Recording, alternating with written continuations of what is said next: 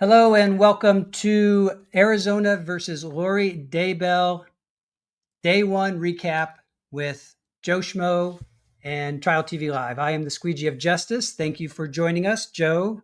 Thank you for being with us. Thank you for this dual stream. Really appreciate it. Yeah, appreciate being here. Yeah, right on. We worked out a few kinks there, but I think we got it all sorted out. Now I got to get my lighting sorted out. I think I look a little bit blue. I feel smurfish. Yeah, you're going through your jazz period, Right. your blue note period. I was craving some Miles Davis. Oh, there you go. Yeah, I could get with that kind of blue. Yep. So day one, for those that don't know, Joe has been in the courtroom. He was there for jury selection. We did a recap. We did a dual stream then. Joe hosted today. Tonight we're hosting. Tomorrow Joe is going to host. So we're kind of taking turns hosting. Joe, you were at day one today. Do you want to start us off with first impressions or getting into the courtroom? Yeah, take it away.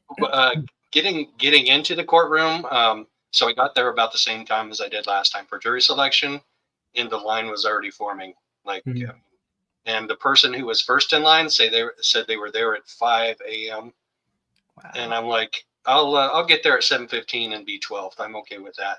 And actually, there was the public and the media were intermingled in that line. So half of those people in front of me were media. So they go into a different section when we go up there anyway. So not a big deal. As of like an hour before the trial, there were still only like 25-ish public, but it did end up filling in like right at the end. A lot of people came in at the end, and all 45 public seats were taken. Mm-hmm. The interesting thing to me, and the thing that you're not going to see anywhere else, is that the jurors go in the same entrance as the public and the media. We all go in the same entrance, and they line up in a line next to us that's like 10 to maybe 12 feet over from us. And here we are standing in line talking about this trial and talking about the case and talking about different things because, we're here to watch this trial. So eventually the public information officer for the court came out and said, "Hey guys, do you mind while the jury's lined up next to you, don't talk about the case. We don't want to have anything, untoward happen with the juror hearing something about the case they shouldn't." So it's just odd to me that they even bring them in the same entrance. Like, there are plenty of entrances in that building. Right. The judge doesn't go in that entrance. You know that. So right. It's an odd way to handle it to me. In Delphi, they brought in Richard Allen and the jurors in through a side entrance, and they put up big black landscaping things on fences so you couldn't see them. And then when some media members on first day did actually sneak some pictures, the judge confiscated their cameras and took their pictures out of their cameras. So even if Delphi, Indiana, if Carroll County, Indiana can figure it out, then surely Maricopa County can figure it out. You would think so. That actually does surprise me. I thought for sure the jury would be coming in a different way from the public. Now, did the media have a different entrance too? Because no, they were with us. We were all intermingled in the same line. Then when you get upstairs to the 5th floor, then you separate the public from the media. Then the media gets numbers assigned, and the public gets numbers assigned. And I kind of took charge of the public side of it at first, just from my experience in Delphi, because people were just kind of wandering around. And if there wasn't some order taken, it was going to be a free-for-all. Mm-hmm. Because the court security didn't care. He said, "You guys know what order you came in. You guys are just, you're all adults here. You can maintain that order." And that's not what was going to happen. Yeah, no way. That's not what was going to happen. So once we got up there and I was like 6th in line, I said that there's a waiting area outside the courtroom, like 4 rows of 10 seats, so like 40 seats. Mm-hmm. And the media were taking up the front 2 rows. So I said, "Okay, public, we're going to take up the back 2 rows. The person that was number 1 in line, go and sit in that seat, and let's all fill in behind her, and then fill in the row behind that." Mm-hmm. And we did that. And then they came out, and once again, he is going to be like, "Oh, I don't think we need to give you numbers." But the public information officer said, "Yeah, we're going to take control of this situation. Everybody in the public's getting a number, and we're going to let you in the courtroom in that order." So Okay. That's what ended up happening. But I had to take a little bit of control of the situation at first to make sure that we had some type of order maintained. Good. Somebody had to, and that's cool that you did, and nobody was a jerk to you. Everybody just kind of. No, actually, I was kind of a jerk to a couple of people. Well, they have morning court in there right next to us, mm-hmm. and we were getting pretty loud, until 10:30. So Lori doesn't start till 10:30. They have almost an hour and a half of court, at least an hour and 45 or an hour and 15 minutes of court before us. So we were getting loud, and the guy came out and said, "You guys are getting kind of loud." And then we started to get loud again, and I turned around and said, "Hey guys, this happened in Delphi, and we got kicked out. Judge Gold kicked us out." Mm-hmm. So I'm going to be pretty grumpy if we get kicked out again. So do y'all mind just keeping it down? Yep. Simmer down, children. Simmer down. Right. Exactly. You're like court. Are you a court daddy now? Are they calling you court daddy? I guess I am. I got a couple of dirty looks after that, but I'm okay. I'm okay with that. Cool. So it starts at 10:30. There's a half-hour delay, right? Tell us, almost 45 minutes. Like the jury didn't get seated till 10:15. Tell us why. Tell us why. First of all, there was a juror that was late, mm-hmm. and I don't know how late that juror was. But then we also had. Did you guys see it streamed live? Why there was a delay? Did they air that on Court TV? Oh, okay. So it was about part of it was about Brandon Boudreaux. Yep. So Brandon Boudreaux wanted to sit and watch the trial, and Lori objected to it, and couldn't really come up with a good reason why not to. But the judge went ahead and held a sidebar with her and Trina Kay, and then he took Brandon into his chambers and they had a little chat. And apparently he was satisfied with the answers that Brandon gave him, and he let Brandon back in. And Brandon was actually seated one row in front of me and one row to the left. And I didn't know it was Brandon until he got to talk to the judge. Oh, okay. So you were on the state side then, I'm assuming? Yes, state side, second row. Yep. Okay. Who's on Lori's side? Do you recognize any? I recognize one, and he's the guy that has done some research into the fundamental church of LDS and does a podcast with Adam Cox. Okay. Off the top of my head, I cannot remember his name. Okay. But he was there, and the whole row was filled in, and I didn't recognize anybody else. I did recognize him. And I'm not sure necessarily they were there to support her, but I'm not sure they weren't. I don't know. I don't think he does. Okay. But generally, I mean, people are sitting behind Lori. They're just not for her. They're not supporting her. Right. Because there's space. I mean, people want to sit. Right. People want to see it. They're just not supporting her. Right. Right. So my notes were juror number 3, employer had a problem with being in the trial, right? Not juror number 3, but her employer first of all, was it a male or female? So we know it was a male. Okay. It was one of the male jurors. Okay. So and judge's question to him was, "Is this really your employer or is this you?" and he was like, so they did that. The judge questioned him off the record, right? They weren't recording that. They didn't record that part. So, and then the juror's like, "Well, it's my employer." And the judge is like, "Well, what if I give your employer a note that says that your jury duty is valuable?" And he's like, "Well, it's not just that. It's also an economic hardship." And the judge was like, "Why didn't you share that with us on your form and at jury selection? Right. Why are you just now bringing this up?" Right. So judge is like, "Let's have a sidebar." Or no, they didn't even go to sidebar. The judge just asked the state's opinion. The state said, "You know what? Just let him go." And does the defense have any opinion? Lori said, "No, I don't care." So they let him go. They let juror 3 go. Wow. Okay. That's good to know. Yeah, we did not know that. All we knew that there was the employer had a problem. He didn't have a problem. We had no idea that they let him go. Yeah, I suspect it might have been collusion on the part of juror 3 and his employer, both saying, "Yeah, let's see if we can write a letter to the judge and get you out of jury duty after you've already been selected." Right? Yeah, like you said, went through the form, filled out the questionnaire, went through jury selection. Granted, they weren't there for a long time. They were only there for a day, so wasn't that big of a hardship, but still, yeah. What's the point of weeding people out if you don't weed them out? Right. Oh, here, Trace has a good comment. He reminded him of the $300 a day, and he said that wasn't good enough. Yeah, he said, "Well, that won't even pay my alimony and child support." And judge is like, that's not for alimony and child support. That's for your compensation for your lost income. Has nothing to do with alimony and child support. Right. Interesting. All right. We got some starred comments. Anything? Let's see. Everybody's saying good morning, good afternoon, good evening, wherever you are. All right. Cool. All right. So let's see. What do you want to go through your notes, or you just want to kind of? Were you able to take notes, or how did that work? I took. Let's see. I think I took 10 pages of notes, if I count correctly. Awesome. Yeah, I took 10 pages of notes.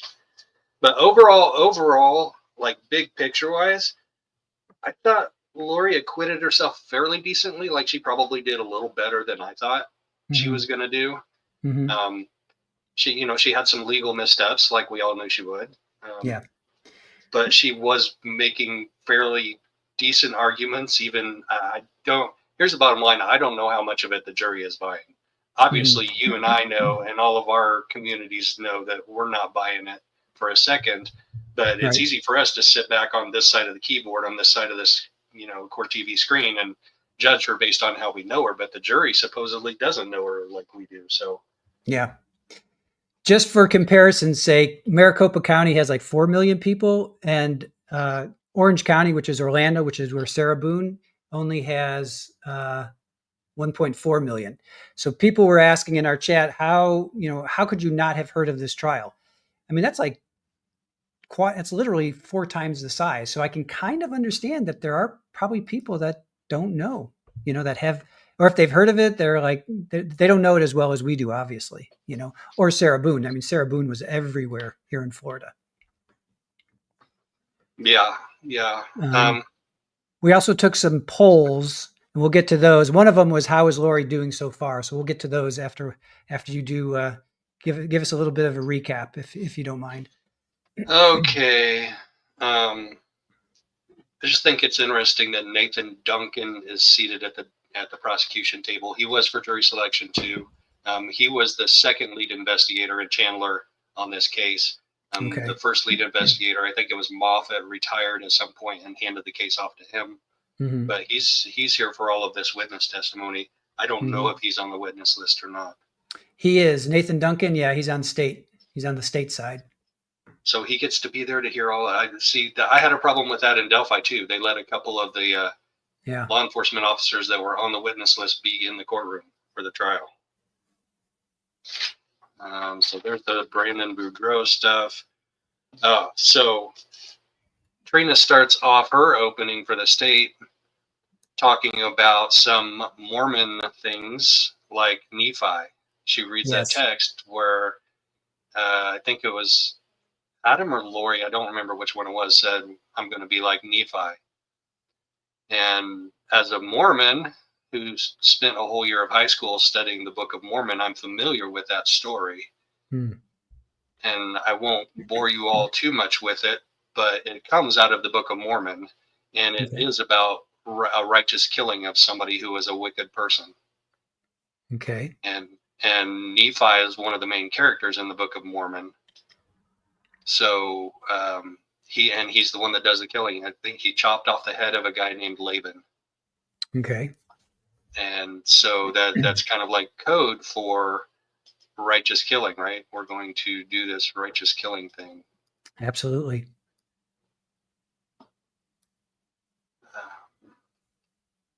Sorry, trying to catch up with chat just a little bit because I had to switch the streams a little bit, and I'm trying to, because I can't tell in StreamYard which ones are your comments and which ones are my comments. So I almost have to be watching my YouTube channel for my comments. Sorry about that. Let's see. No, it's okay. I can stay over here. Yeah, if there's any YouTube channel. Any you want me to pull up? All right. Welcome in, everybody. Thanks for joining us. Thanks for popping in the channel and the chat. Star Hunter is saying good evening to you. Star Hunter. Hey, buddy. I know Star Hunter well from YouTube channels anyway. Nice. We frequent a couple of the same channels. Butterfly 71. Said you made it. Thought Lori turned you in blue for a second. Oh man, wait till I get to that. I thought we were being portaled out of there at one point. Did you guys catch that funky electronic noise thing that happened? Oh yeah, I took screenshots of this. Was it Krautheim? I think it was Krautheim, and he was like looking all around. I got some good screenshots of him. Yeah, that was crazy, but I think we figured out what it was when Okay. we went on a break. Judge got to the bottom of it. We thought somebody was trolling the Zoom, right? Because then, like before that, Yeah. like somebody came in on Zoom, right? Or something happened with the Zoom. Yeah. Yeah. And there were all kinds of electronic noises from the court computer throughout the whole thing, like bloop, bloop, bloop, bloop. Yeah. I heard that too. All right. The main question, and I don't want to answer this yet because I want to get to it in time, but the chocolate milkshakes, we'll get to that. Because everybody was like, "What the heck?" So let's get to that in time, right? Let's go through the time. Okay. Because a lot happened before that and a lot happened after, but that was like the main. If there was one main thing, I'd say that was probably one, if not the main thing. So we'll get to that though. Yeah, I don't think that Trina did a good enough job explaining the Nephi thing. Like I just did. She could have like gone into it just as much as I did, and I think any jurors that are not LDS are not going to understand that reference. Be like Nephi. My notes, I literally have. Well, Lori, Chad, Alex thought everyone was dark or zombies or Z's. They had a name, Zed. They talked about the brass plates and the story of Nephi. Lori invoked Nephi to give Alex religious authority to kill. And then that was it. That's all I have too. So yeah, there was not a lot. No, there was not. Then she starts going kind of in chronological order, but then she kind of backs up and goes back into her chronological order later, talking about the preparing the people seminars with Chad Daybell, and all of a sudden in January of 2019, people start getting possessed by evil spirits. And then they went to March of 2019 girls meeting, where, and I didn't write down the girl's name that said that she overheard Adam talking about he needed to kill Alex. I have Serena Sharp. Was that? Yes, that's it. Her? That's okay. Because she mentioned a couple people, but Serena Sharp was the one that jumped out at me. Okay. Right. Okay. And then there's some kind of a text message between Lori and Alex where Alex says he's still here, and she goes, "No, it's a different one. Ned's gone." Which once again is still kind of cryptic and isn't explaining a whole lot. Maybe she'll get more into it when they start showing those text messages and explain that to the jury. But I think some of this the jury might have been a little bit lost on. Alex wanted to kill Charles. Then February 26th of 2019, Charles changed the beneficiary of his life insurance policy, right? And he didn't tell Lori. Right. I honestly think that was a mistake. Not telling her or changing it? No, not telling her. Yeah. Because if that is motive for murder, then eliminate that motive and maybe she'll just go ahead and get divorced and move on. Maybe. Doubtful, but yeah, maybe.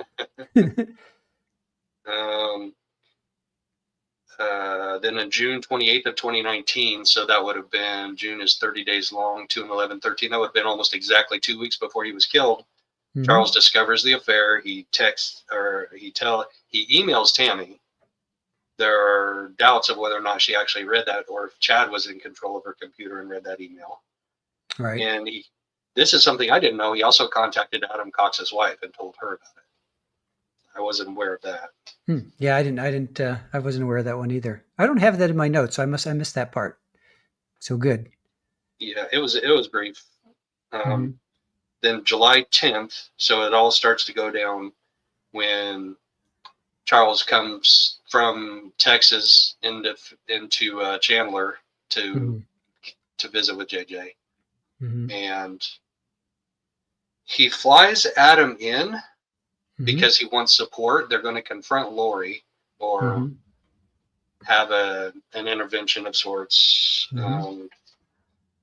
At the same time, Charles is also dating somebody off of the LDS dating app, which is That's the first time I've heard of that. Had you heard of this person before? We can say her name, right? Because she's on the witness Yeah. list.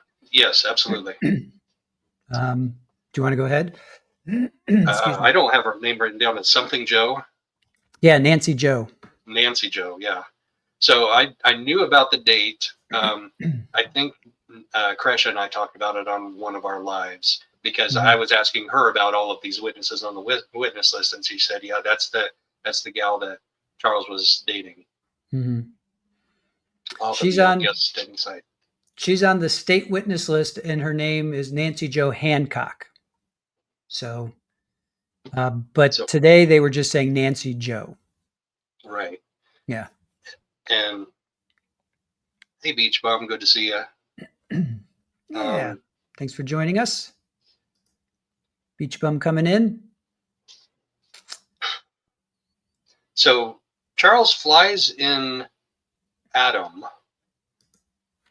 but he doesn't pick up Adam, and Adam doesn't come join him at the house. Mm-hmm. But he texts Adam, and he says, when he gets to the house, and he says, Al is here. So Alex is here. Mm-hmm. And Adam says, well, that's interesting. He didn't tell me he was going to be there. They're planning something. All right. It was a little bit prophetic. Yeah. I can't wait to hear from Adam. Yeah. Yeah, he has stopped his podcast until after he testifies. He doesn't want to get in any trouble. Yeah, smart move. I can't remember on that. So Adam says to him, "What you do is up to you." They're planning something. What you do is up to you. So that wasn't part of the intervention thing. The intervention, they were going to try and do it through the church leader, which they were going to go play basketball that night at the Stake Center. The church leader was going to be there playing basketball with them. They were going to talk to him then about the intervention. Mm-hmm. But it was a little bit late at that point. So then she goes into how Lori took Charles's phone and played keep away with it, wouldn't give it back to him. And she sent JJ out to the car, but not Tylee. Right. Or no, he sent JJ out to the car. He was just going to go back in, and Lori said on her opening statement, he left a 7-year-old boy in the vehicle with the car running. Mm-hmm. Well, if you give him his phone, he's not out there in the vehicle by himself for very long, is he? Right. Yeah. She said that multiple times. Trying to basically intimate that Charles is a terrible father. How dare you leave a 7-year-old child who is diagnosed with severe autism alone in a car that's running? I thought that was some real victim shaming there. I think she said at least twice, if not 3 times. But yeah. Yeah. So then the state's opening just skips out any part of any kind of a physical confrontation in the house, which is obviously Lori's argument when she gets up there and stand. The state then says Alex shot Charles twice, once while he was standing, and according to the trajectory, once while he was laying down. Yeah, now I thought this was really interesting. We can get into this a little bit deeper if you want down the road, if you want to continue on with your... No, we can talk about it now. I'm good with that. Because I didn't realize, I thought there was like 4 shots. I didn't know how many times Charles had gotten actually shot. So this was the first time I heard twice. Bullets, first one, it's only a trajectory of like an inch. So it's front to back and an inch elevation. So a lot of people were saying, how tall is Charles? I'm guessing 6'2" or 6'3". And Alex is maybe 5'10". Am I close in that estimation or no? It seems about right. It seems about right to me. Yeah. But it was actually a slightly downward trajectory by an inch. Oh yeah. Sorry. Did I say up? I meant down. Yeah. Yeah. So, okay. So we're trying to figure out, okay, so if you're holding the gun like this, wouldn't it be a slight upward? And I said, well, maybe Alex, had raised his gun a little bit. Right. Yeah. Yep. It's not like, he was shooting from the hip. He could have could have done one of these, gangster style. Done the game, right? Exactly. Yeah, because it could have been one of those. But then the thing is, then for sure, the next one was, I think, a 15-inch. 13. 13. Yeah, I mean that's. Yeah. He literally And stood in front of, like, at his feet and shot him from. I mean, yeah. just a bastard, Yeah. Yep. And that one went in his abdomen. I think it went out. I have the notes, but I think it went out his shoulder, back. his back shoulder. Yeah. So through his. I mean, yeah, just terrible. So yeah, we were kind of discussing like how how tall were they? Why was it not the angle up? But I think it could be explained away pretty easily. And it went through his heart, right? I think the first one went through his heart, went out his back, and then that embedded in the baseboard. But then the other one, since he was laying down, it's indicative of, like, I think the wound, they said it's a different wound when the bullet came out. She said it's a short. She said it was a shored wound, which means there was a hard object right behind the exit area. Now, is that shore, SHORE, shore, or what? I think so. Shored, SHORED. Oh, ED. Okay, so, yeah. Because I heard her say it, I wasn't quite sure what that was. I think that's what it is. But see, now it makes sense that when the landlord was talking to detectives, he asked why the floorboard was replaced. And I thought it was because of the blood, but it must have been replaced because law enforcement took those floorboards. Right. Did you catch that? No, I didn't. Yeah. The landlord was talking to some detectives, and he came in afterwards trying to sell, and he's like, I guess Lori replaced the floorboards or something, or he had to, I forget which. And it was because the detectives, law enforcement, took the floorboards. And I was like, oh, maybe just because there was so much blood. But no, now it makes sense that they took it, and maybe that's evidence. Maybe we'll see that, because it just shows that it wasn't embedded. I think the projectile was next to Charles, if I remember correctly. Yes, it was laying there on the floor. Yep. Yeah. Next to him. So that completely decimates her self-defense argument, and she has listed self-defense as one of her defense arguments that she plans to argue. So if you have already shot somebody through the heart and they're laying flat on the ground, you do not need to shoot them a second time for your self-defense. Nope. Same as shooting in the back. You don't need to shoot somebody who's running away from you, unless they're running at you coming at you. They're a backward sprinter. Exactly. Yeah. I mean, that alone, I mean, there's going to be so much that's going to sink her, but that for sure is going to sink her. So yeah, at least the self-defense argument is gone. Yep, exactly. USA Libertarian, Charles was shot while on the ground. Yep. The second shot, he was shot twice. First shot, he was shot in the heart, goes out his back. Second shot through the abdomen, exits through his left shoulder. So he basically was laying like this, and yeah, the angle was like that through his, yeah. So Alex came right up to him at his feet and shot him. Yep. That's a cold-blooded assassin there, It is. It's disturbing. Yeah. This is a great. I'm sorry. Let me just. U.S. Libertarian. How was it not investigated as murder to begin with? That's a great question. A lot of people were asking, how come it took so long to come to trial, which we kind of know, but why was Alex? Do you know? Like, why was Alex just not even arrested? He was taken in for questioning, and that was it. Because Chandler PD sucks. Oh, really? Wow. Well, the interview that we saw a couple of days ago from one of the detectives, his excuse was it wasn't a high-profile case, and we just didn't dig into it that deep at the beginning of it, which is a really, really lame excuse. Yeah. Because what if they had investigated it as a murder and charged Alex and Lori then before they ever moved up to Rexford? Yep. Yep. I mean, that has to weigh on their conscience. Yeah. That has to. I was 3 seats down from a guy that has lived out here in Gilbert for 10 years, and that's his opinion of the police department. So I'm not just saying that off of my own feelings. That's been confirmed by a local citizen here. There's another case that's called Preston Lord and the Gilbert Goons. This guy was actually wearing a Justice for Preston wristband today And he said he had an experience with those Gilbert goons. Like the Gilbert PD just lets them run amok and doesn't really prosecute them like they should be. Wow. That's too bad.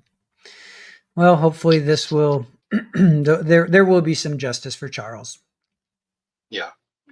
This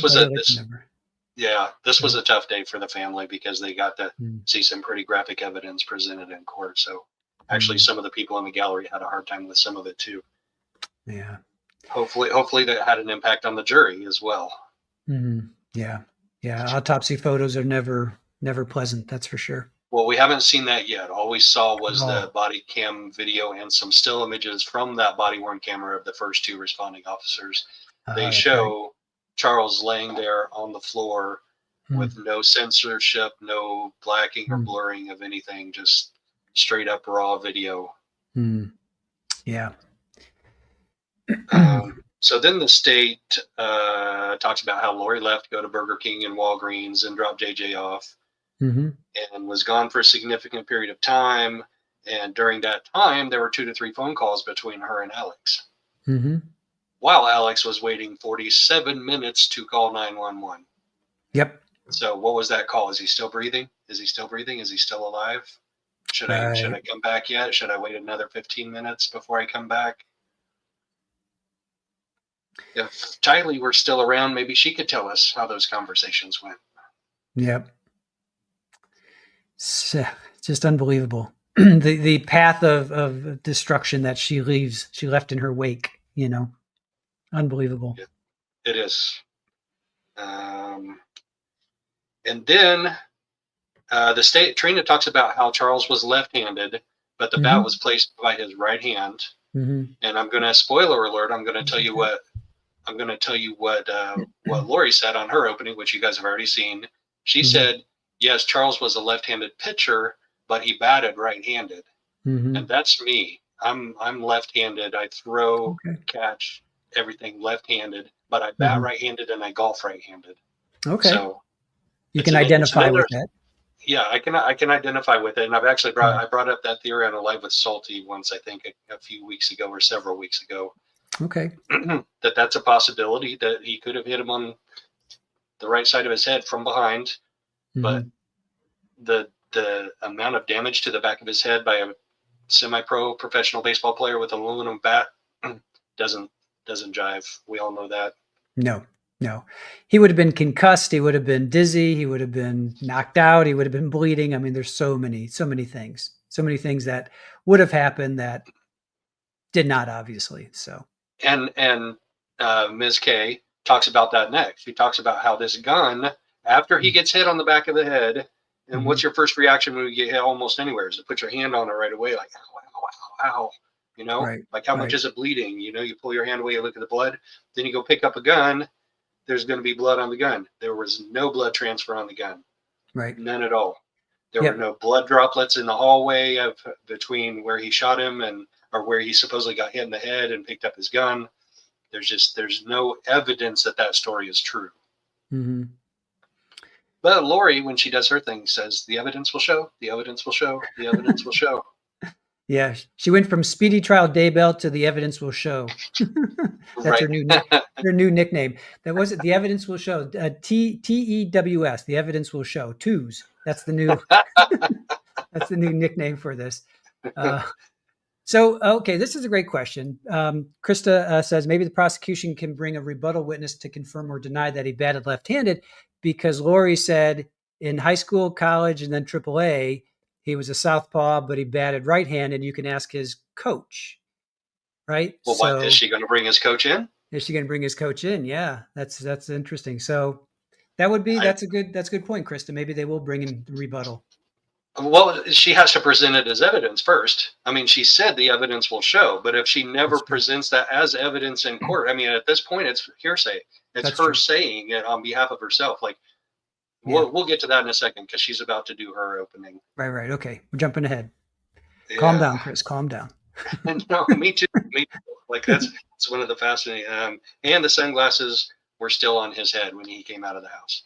Supposedly, they had this major physical altercation and got whacked in the back of the head, and his sunglasses are still on the top of his head.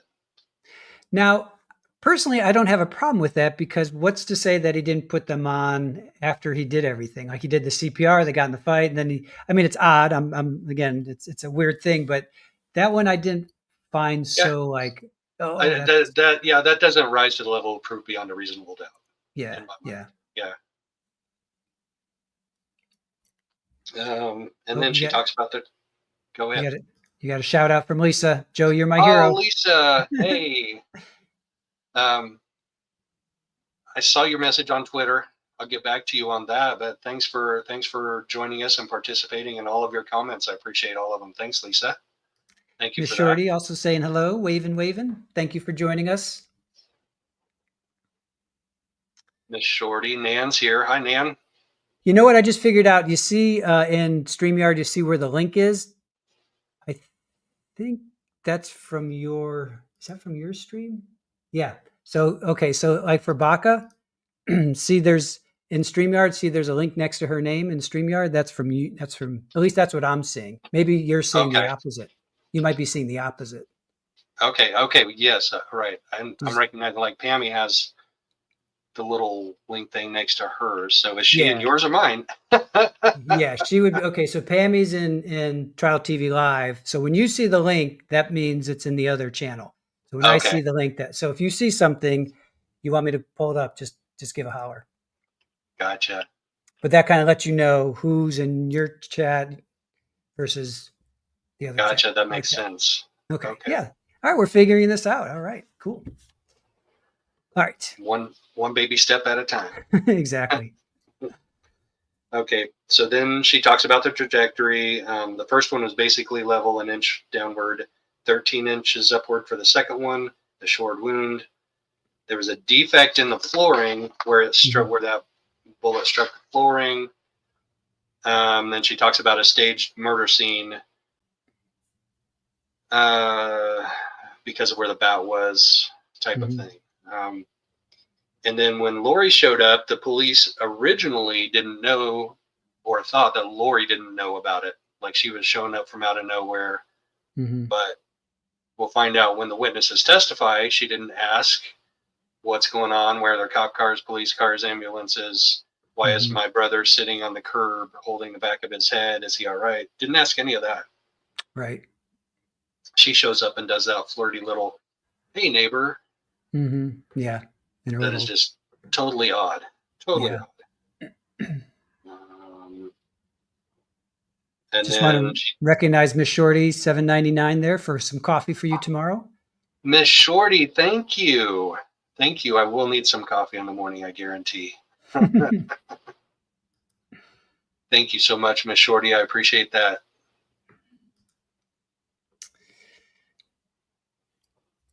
All right, so then we get into she and Tylee got taken down to Chandler Police Department, separated and interviewed. She admitted in her interview that she took Charles' phone and would not give it back. Yep. So that's actually Trina spun that as, which isn't necessarily inaccurate. When I say the word spun, I mean spun it as she provided reason to keep Charles in that house or bring him back into that house. And when she did her police, I don't know if it was this interview or a later interview, it might have been this actual interview where she said, oh, he's always leaving stuff behind to have a reason to come back into the house. You know, she put that on him when it was her that did that. Well, Trial TV Live. Thank you so much, Joe, for all your hard work. 50 big ones dropping on Joe. Wow. That is so generous. Thank you, Aaron. Thank you. Thank you so much. I really appreciate that. I really do. You do a lot of hard work, Joe. So this is much, what can I say? Much, I'm not sure what the word is. You deserve it. Much deserved. That's what it is. Thank much you. Deserved. Thank you. I appreciate that. Does that mean I'm a professional now? Well, if you make over $600, you're going to have to report it. Record it. Yes. Report it. But they didn't hear it from me. Joe didn't make over $600. Don't worry about it. All right. So yeah, okay, yeah. Still didn't give the phone back. Takes phone, goes into the kitchen. Is that where we left off? Pretty much. Well, she's at her police department interviews right now. So this is Okay. testimony that came from out of her mouth Right. at the police department in the interview room. She claimed to the police department that Tylee came out with a bat. Charles took it and knocked Tylee down. So she's just repeating what Lori told the police officers at the time, Right. which is interesting because this is Trina that's saying this. That's almost in Lori's benefit right there, because this is something that Lori was trying to get entered into testimony later with one of the witnesses and Mm-hmm. kept getting objection hearsay and sustained over and over and over again. Right. So then later on, they leave and they come back. I don't remember if it was later that night or if it was the next day. And magically, she has Charles' phone. She Mm-hmm. hands the phone over and says she found it in her car Mm-hmm. or his car. Mm-hmm. She magically found his phone and she knew his PIN. Yep. So what we found out is that she and Alex took it down to his house in Santan and went through it and was going through his phone in details, taking pictures of text messages and stuff. Hmm. And then Lori didn't call anybody or tell anybody till a day or two later. She called Charles's son Mm-hmm. or sons and said, "Your dad is dead." Yeah, that's That's it. cold. That's so Yeah. cold. Yep. She didn't tell Adam. She didn't tell Charles's family. That's just, and then I have son. She texted the son the next day, and then the son had to tell Kay, who was Right. Charles's sister. Right. That his aunt. Yeah, that's some cold-hearted stuff going on there. That is. Yep. Oh, and then Kay had to Google it. I have that in my notes too. Right. Yes, correct. Yeah. Yeah. Kay and Charles had to Google it. Ugh. I can't even imagine. Yeah.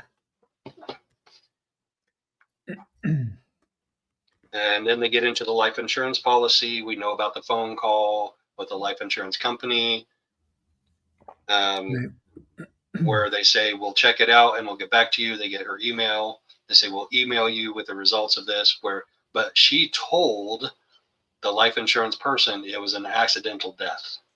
Mm-hmm. And this person was so sympathetic. She's like, "Oh, I'm so sorry." And I'm like, "You liar. Liar, pants on fire." Why would you lie? Why would you lie about that? Yeah. To the insurance company? Because they're going to find out. They're going to get police records. They're going to get coroner's reports. They're going to get toxicology reports. They're going to get all that stuff, especially cause and manner of death. They're going to be very interested in that. I don't know why she thought she could get away with that. I don't get that. Beach Bum says she's not bright. She's good at pretending to be bright. Like, I mean, she was fairly lucid and well-spoken in court today, fairly respectful. I mean, she just made a couple of legal errors. Well, more than a couple, but I mean, when I say just, I mean, so the point I was making earlier, I don't know if I finished making it, but maybe I did. So I'll reemphasize it if I did. Please. It's easy on our side of the keyboard looking in to the thing, knowing our history of her, to judge her. And lots of people were judging her today, who were watching the trial on their computers. But the jury, I honestly did not see that type of reactions. Like the people that were in Salty's chat, if they were in court TV with me today, they'd get us all kicked out because they'd be sitting there yelling at Lori, "Stop lying." Right. Wow. But well, thank God that they weren't, and then you didn't get kicked out. Right. So, we're glad. Thank God I can stay composed. I can stay calm and composed. Right. Sherry gave a super sticker. Thank you so much for that. Thank you, Sherry. Thanks for joining us too. Watching, commenting, liking. Don't forget to like. Oh yeah. So after she found out, a couple days later, an insurance company emails her, says, "You're not the beneficiary, and we're not going to tell you who is." We all know now that it was Kay. She texted Chad. He changed it in March. It must have been Ned before we got rid of him. Yeah. That's pretty damning. pretty damning stuff. It is. Is it proof of conspiracy? That text there, I don't think is proof of conspiracy. It is proof of motive. Yeah. And you don't actually have to prove motive or intent to get a conviction. Mm-hmm. Well, how else would you? It was probably Ned, and we took care of him. You have, and what did you say? What was your notes? It was probably Ned before we got rid of him. We got rid of him. Yeah, I mean, we took care of him. We got rid of him. Well, but she claimed to have exorcised Ned from his body, and she wasn't referring to getting rid of Charles. So it was more, it was exorcising that evil spirit from his body. Yeah. Yeah, gotcha. And then they went through his laptop. She went all the way through his laptop in detail. She found that beneficiary change form. Mm-hmm. And then we had that little discussion at the break, right before lunch break, with juror 3 being released from his duty. That was it before lunch. Oh yeah, I have juror number 3 stay behind. So that's when the release happened. Mm-hmm. Okay. And it was 45 minutes long. I kept track because watching Monica Simontilli, it took them like 4 days. It took like Beth like 10 hours, Beth Silverman, to go through her closing. So this opening was only 45 minutes. How did that compare to other openings that you've experienced? The only other one that can compare is Nick McClellan in Delphi. And I honestly don't remember how long his went. He was way more dramatic though. Like, they didn't have microphones. They didn't stand at a podium. He got up in front of the defense desk and he paced back and forth in front of that defense desk, and he pointed his pointy little finger at stuff, and he talked about nexuses and all kinds of other things. And no, the nexus was the August 1st hearing. Never mind. But anyway, Nick McClellan was way more dramatic than Trina K is. I don't remember the length of his opening though. Gotcha. We got a raid, Publicly Buzzed, giving us a raid. Awesome. Thank you guys. Pokemon, Buzz Nation. Pokemon, and yeah, Carlo, Ohio. Awesome. Here, this is a great one. Tayo Toys. Joe, can you slip a note to Lori for me? I'll get a Miss Shorty notebook. It's got a little pocket in the back, and I'll slip the little note in the pocket in the back of that, and then slide it across the floor to her. For Sarah Boone, it was her birthday over the course of the trial, and we'd gotten her birthday card, and I wanted Jules to give it to her somehow, and she's like, no, I can't. I'm gonna. So she that didn't go anywhere, unfortunately. So you have to carry on the tradition. Try and get something to right. Yeah, I'm sure that'll go well. They'll put a rack belt on me. Right on. Okay, so that ends. So then they broke for lunch, right? Yes. And how was lunch? Did you? It was a nice hour and a half. Yeah.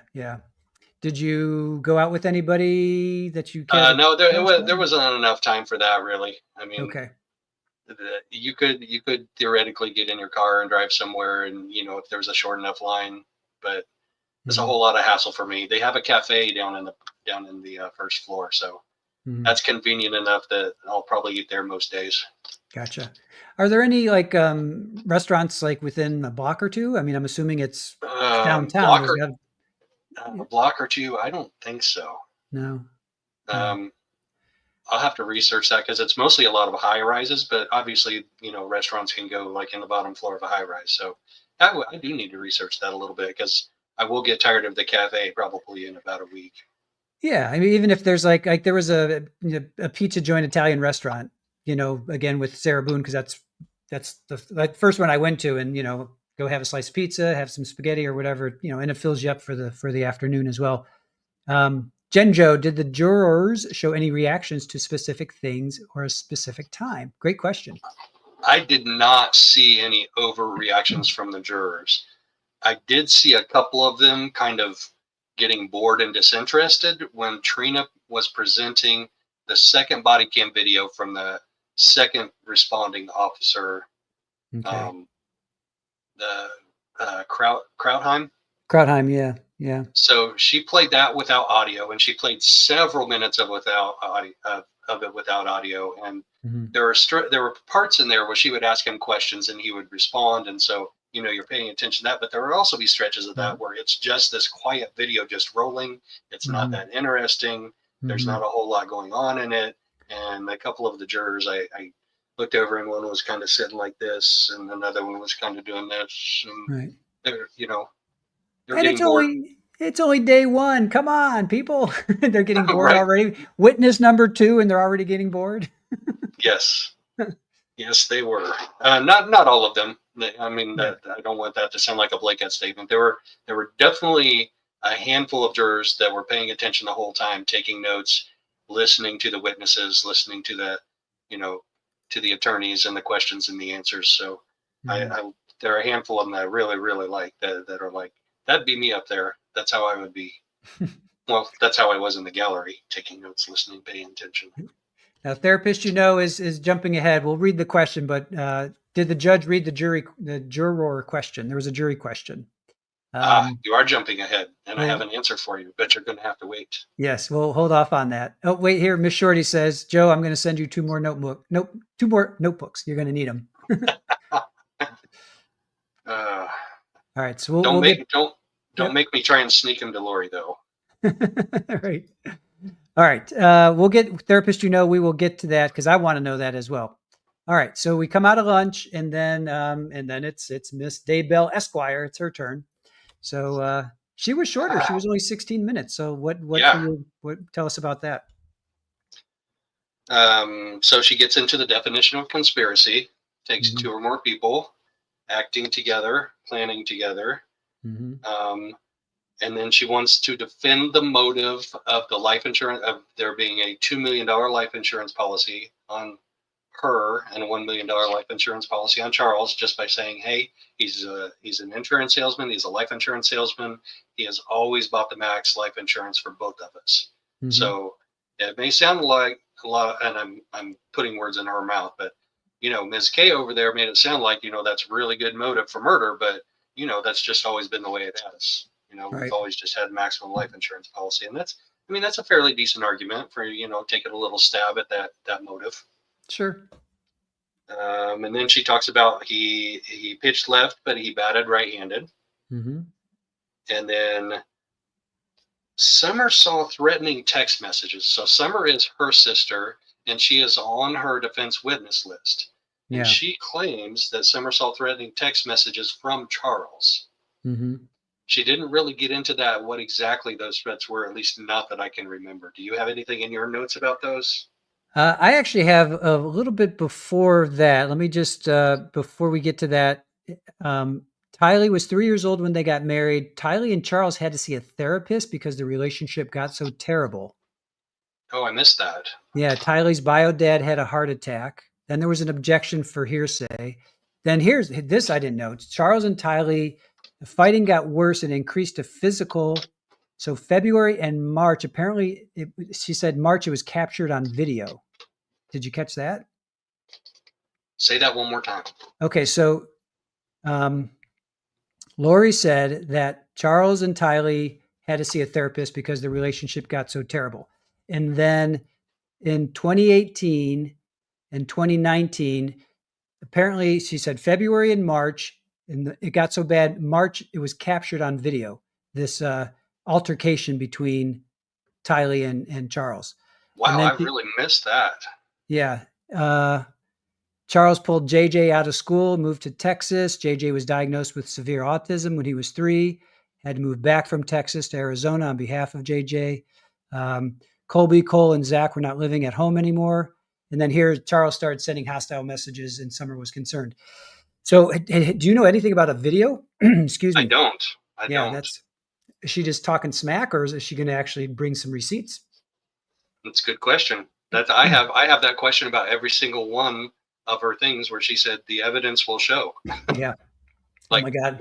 what evidence do you really have, lady? Because Yeah. every single person in that house except for you on that day is now deceased. Yeah. JJ's deceased, Tylee's deceased, Charles is deceased, Alex is deceased. You're Yep. the only one, lady. So the only evidence that you can bring in the show is your own testimony. Yep. Yeah. That's it. That's it. Nobody can refute it. Just her word and her word alone. Isn't that convenient? Yes. I got that reference. You know where I was going. Yep. I must have been like tweeting like during that part of the testimony. Yeah, it happens. Because I tweeted the longest thread I have ever tweeted in my life today. Oh, I must have missed that. I'll look at it when we hang up. I tried to give regular updates on the key points, and it ended up just being like a storybook. Yeah. Well, we got your back. I appreciate that.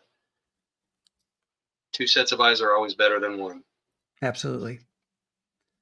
And then she starts talking about that day, July 11th, 2019. And she starts crying when she says, Tylee came out of her room with a bat to protect her from Charles. Right. And that's a Mormon woman thing.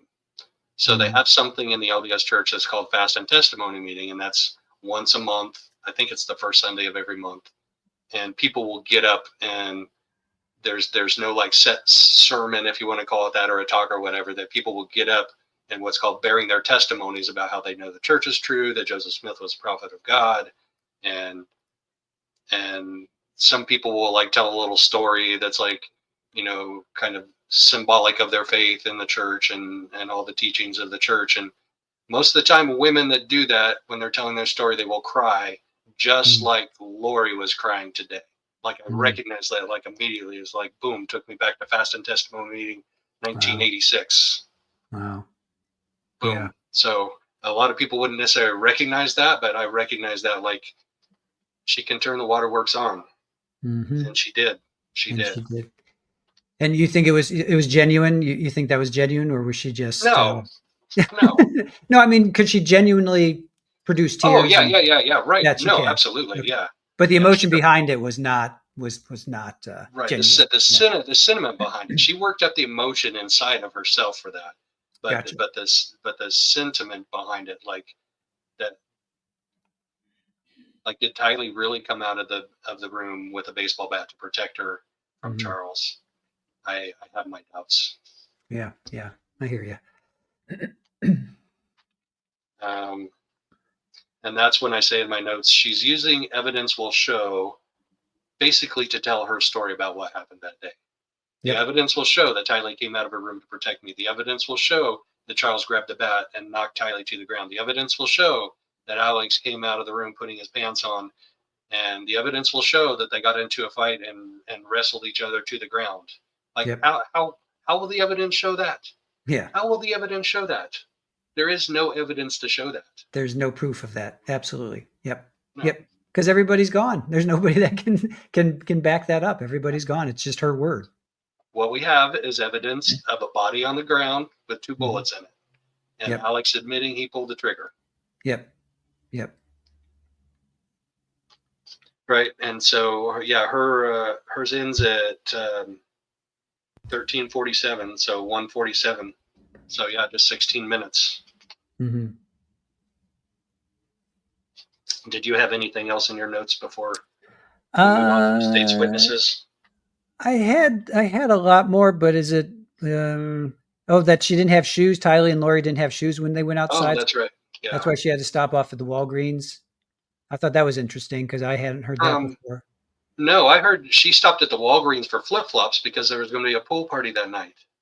Oh, she said stopped at Walgreens to get flip-flops to walk on hot pavement because they were forced to leave so quickly and abruptly. So they didn't have shoes. So she had to stop to get flip-flops to drop off. That's a new story. That's a new story. I hadn't heard that. I heard it was about the pool party thing, but I mean, that's a plausible argument. That's a plausible theory. Yeah. Oh, here's another victim jab at Charles. She drove the kids through Burger King drive-through that Charles had promised JJ. Like she had these little digs, she kept having these little digs at him, which I didn't appreciate. Oh, there we go. Forrest. Thank you for the super sticker. Nice, Forrest. Let's see. Put in the police van, attended the. All three returned back home as instructed. She did everything that law enforcement asked her to do. Oh, detective asked if they had Charles's cell. Tylee retrieves the phone from the car or the rental car at 3:19. She knew exactly when Tylee retrieved the phone, Charles's Hmm, phone. So that's when we first hear that they had the phone, right? We didn't hear that they had the phone up until then. right. Uh, Alex passed away 5 months to the day because of blood clot in his lung. I'm the only person being charged with this crime. Of course, that was objected to. And money and Social Security was my motive. That's what the state's saying. Collecting that is not a crime. Self-defense is not a crime. A family tragedy is not a crime. And then she says thank you, and then she's done. Right. So True, true, true. But yeah, all the things before that, not true, not true, not true. yeah, The evidence will show. I'm dying to see all of this evidence. me She too. said she had to said that what 20 times at least 20, 25 times. Easily. How is she going to prove that Alex came out of the bedroom pulling up his pants or whatever without a shirt on? Like you said, how is she going to prove that? How is she going to prove that Charles came at her and then Tylee comes out with a bat? How is she going to prove that? Do they have the bat? Is the bat in evidence? Finger. That's a good question because the police did see the bat. Surely they would have collected it. It was laying right next to the body. Yeah. Surely they would have collected that, tested it for fingerprints, tested it for DNA, right? Yeah. I They would would think have. so. Yeah. Well, if they were doing their job. Well, we'll see. All right. See if there's any let's see any questions that we can pull up while we're taking this little break. What happened with juror number 15 and their phone? Oh, we're going to get to that in a minute. We got We're going to to get to that in a minute. okay, that's still to come. Yep. Hold that thought. Oh, this might be a good one. Okay, because we're getting to the first witness, which was Irwin. Where's Bicky? Where's Bicky? I,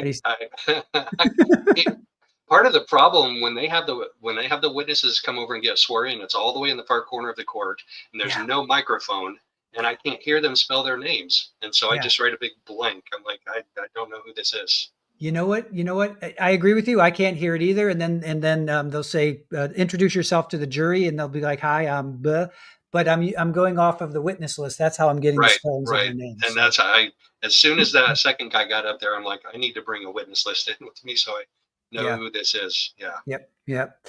So okay, so he's the first witness. So Lisa Shelton. Did you did see you see? Lori's side? Go ahead. Yeah, I did. No, I did. Did you see the Lori side eye, the prosecution? I did not. She's always giving them side eye, like always. It's like Trina. Trina is her foe right now, her arch enemy. yeah.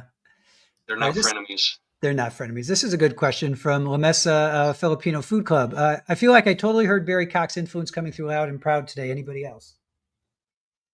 Oh my.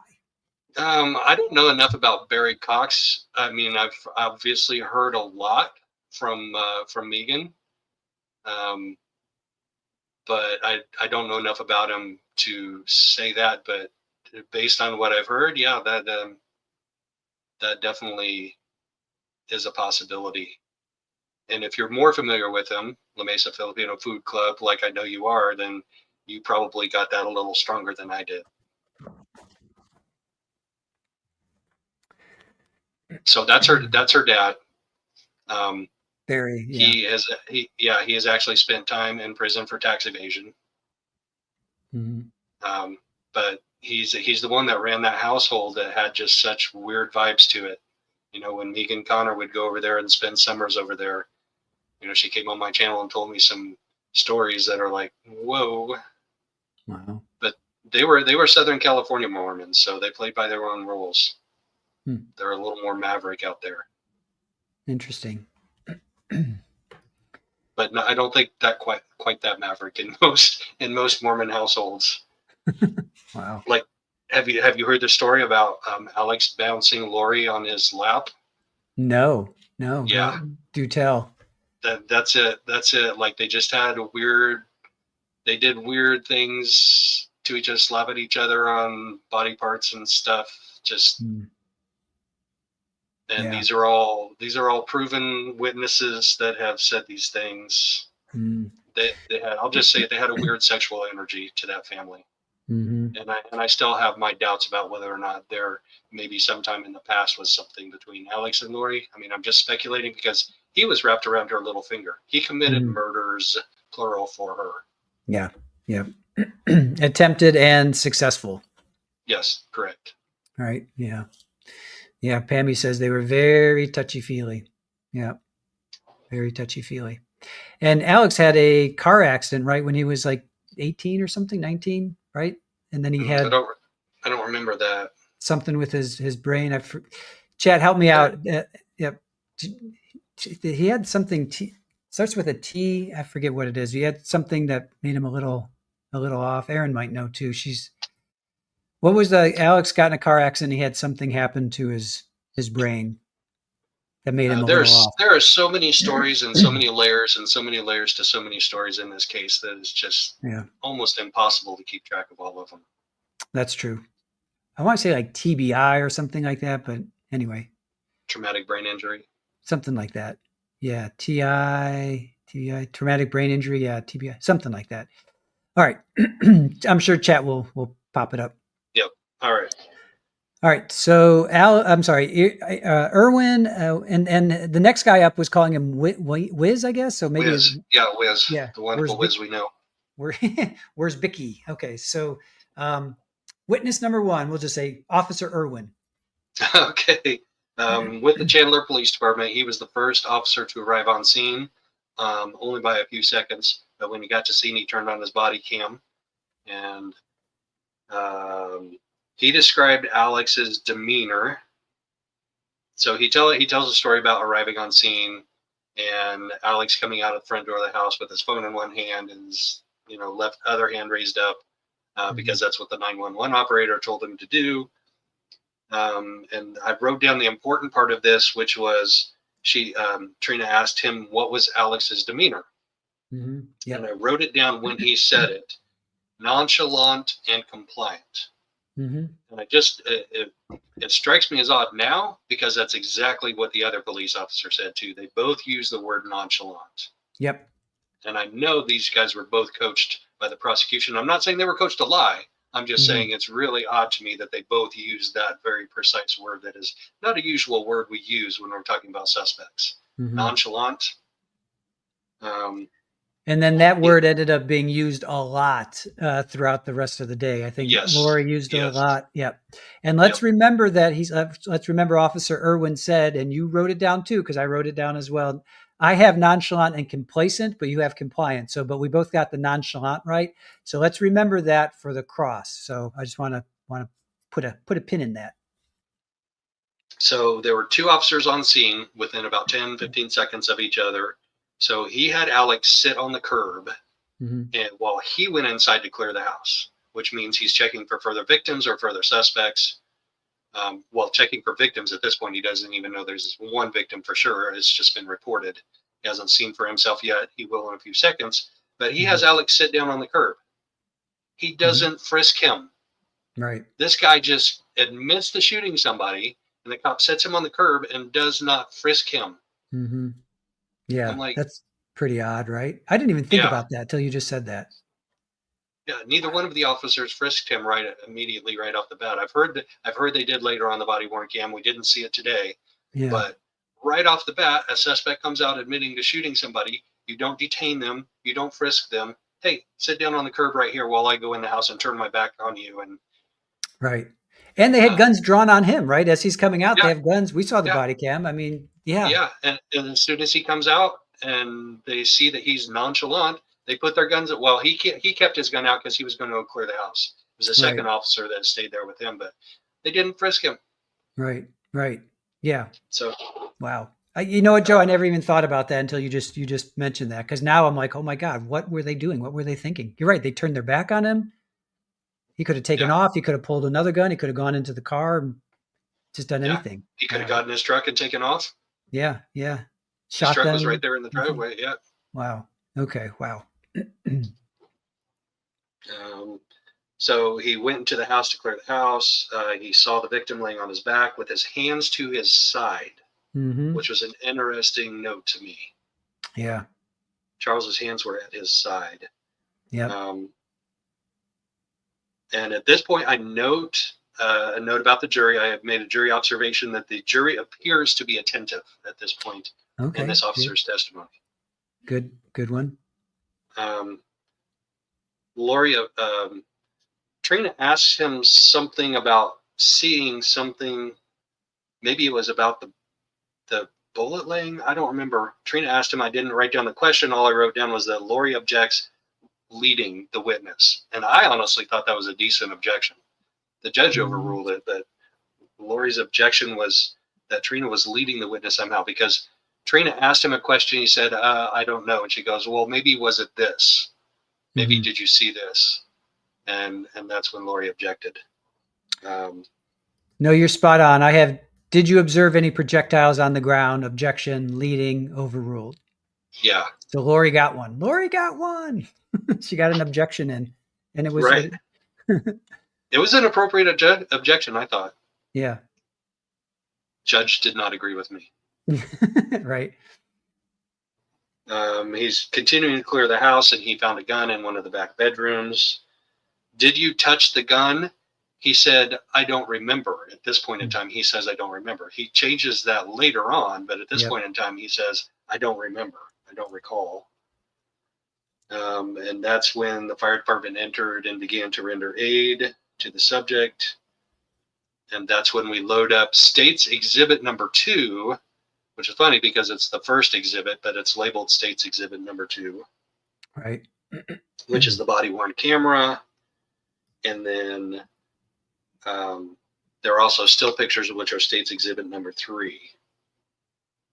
And this is all video that is without audio. So this is where we see Charles's body pretty close up, because he comes in and checks his pulse, like right off the bat. Says that he appears deceased to him, like he wasn't worth performing CPR on because he was too far gone. Yeah. Turns out he was right, but Lori's going to catch him on that a little bit.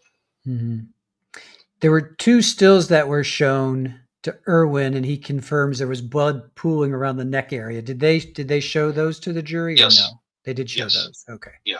Those were put up on the overhead projector. Okay. And those were stills from his body cam, I'm assuming? Yes. Yeah. Yes. Okay. Yeah. What else would they be? Right. Yeah.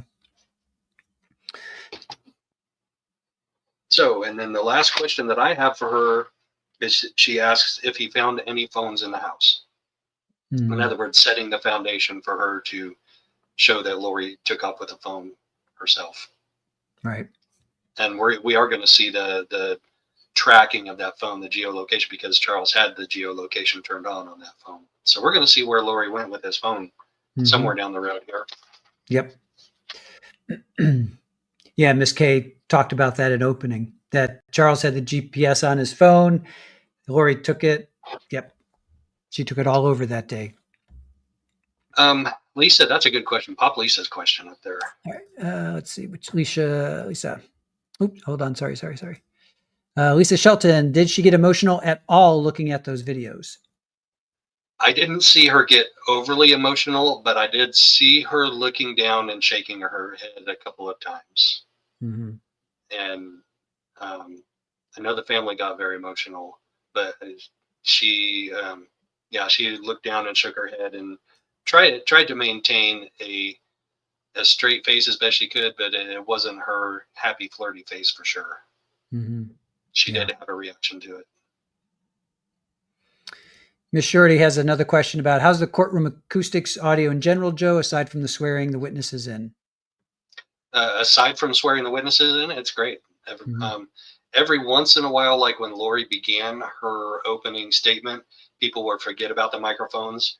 But Judge Bresky's courtroom assistant is really good about rushing over there and bending the microphone down and making sure that either the witness or the attorney or whoever it is talking into the microphone.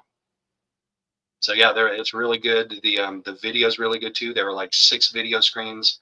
I think there's one or two in the back for the gallery that we can like turn and look. I prefer to watch the ones that are out there in the courtroom. There's like 4 of them in the courtroom, including a huge projection screen that's like almost as big as a movie theater screen.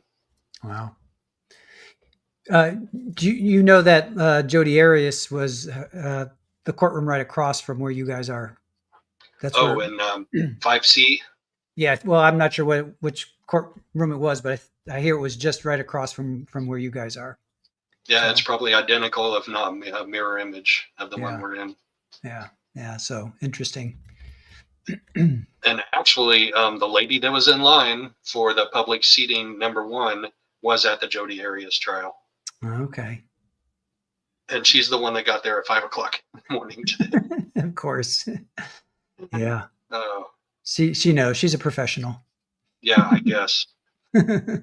It's at least it's Phoenix and not Delphi, Indiana. So it was like 65 degrees instead of 35 degrees. So That's true. Yeah. I'll take standing out in 65 degrees, 65, 70 degree weather all morning long. Aaron is asking on the side, what time did you get there this morning? I was in line between 7 and 7:15. Okay. Got to the parking lot like right at 7, and it's like a block walk. It's really crazy because parking is so hard to find and so expensive. Trace on the case helped me find this parking lot that's only a block away from that entrance to the South Tower, and you can get a monthly rate, which we did. That is a heck of a good deal because it's like if you park in a parking garage or one of the local lots, it's like $25 a day. Yeah, that's going to add up. Yeah, it is. So this spot that's only a block away is $100 for the month. So it's like, yeah, I'm going to take that deal. Nice. Also, is there a lottery for who gets in, or is it just kind of first come, first serve? It's first come, first serve. That's literally called first come, first serve. Wow. Okay. So that's when I started organizing, because I walk up there and there's just like this mass of like 12 to 15 people, and they're just kind of standing around in groups, and I'm like, is this the line for Lori Vallow Daybell trial? And they're like, yeah. I'm like, it doesn't look like much of a line. Can we like just slide over this way a little bit, slide over this way, and then I'll stand behind this guy. And now it looks like a line. And then sure enough, the next guy that comes and stands right behind me. He's like, oh, is this a line? I'm like, yeah, this is the line. We just made a line. Good organizational skills there. I had to do it multiple times today, but once you set that precedent on day one, it's like, that's the way it's going to be. Yeah. Yeah. Are you going to hold like a flag? Are you going to walk around with like a flag? Everybody will follow you. Follow Joe. Well, Joe, the court. I was going to say the court jester, but you're not the court jester at all. Well, it's funny you say that, because we're sitting in our nice neat rows waiting to get into court, and the public information officer comes over, and he's mainly dealing with the media. He doesn't have to deal with the public at all, but he did take kind of charge today and kind of help us to organize beyond what I organized, and basically set it in stone, saying, okay, you guys got in the order you're going to get into. We're going to give you numbers. And he goes, does anybody know how many seats are inside for the public? I said, yeah, 45. And he goes, well, how do you know it's 45? I said, because it's 3 rows of 15. He goes, yeah, but it's not even on both sides. I go, yeah, it's 7 seats on one side, 8 seats on the other, 3 rows deep. And he goes, are you sure? I go, I'm sure. He goes, I'm going to go check. So he goes in the courtroom. He comes back out. He goes, yep, it's 45 seats for the public. Nice. I love it. Telling him how many seats. I love that. That's awesome. Miss Shorty, flag and a whistle. So there you go. Flag and a whistle. Maybe a referee's uniform. Right. Or a hall monitor's sash. Right, like when you're on a tour, you're a tour guide. Right. I guess that's more what I was going for, but yeah, official, either one. Gotcha. Can you imagine if you showed up in a zebra outfit? All right, people, form one line. Right. Have a couple of yellow flags. No cutting in line. 5-yard penalty. Foul on you, number 22.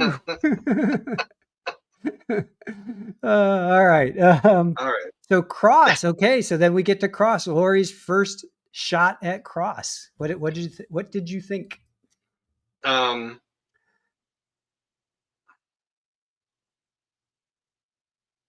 think she missed a point that she could have made right off the bat, because Okay. she asked him about nonchalant. Yes. She said, when Alex came out, you said he was nonchalant. And he goes, I don't remember saying that.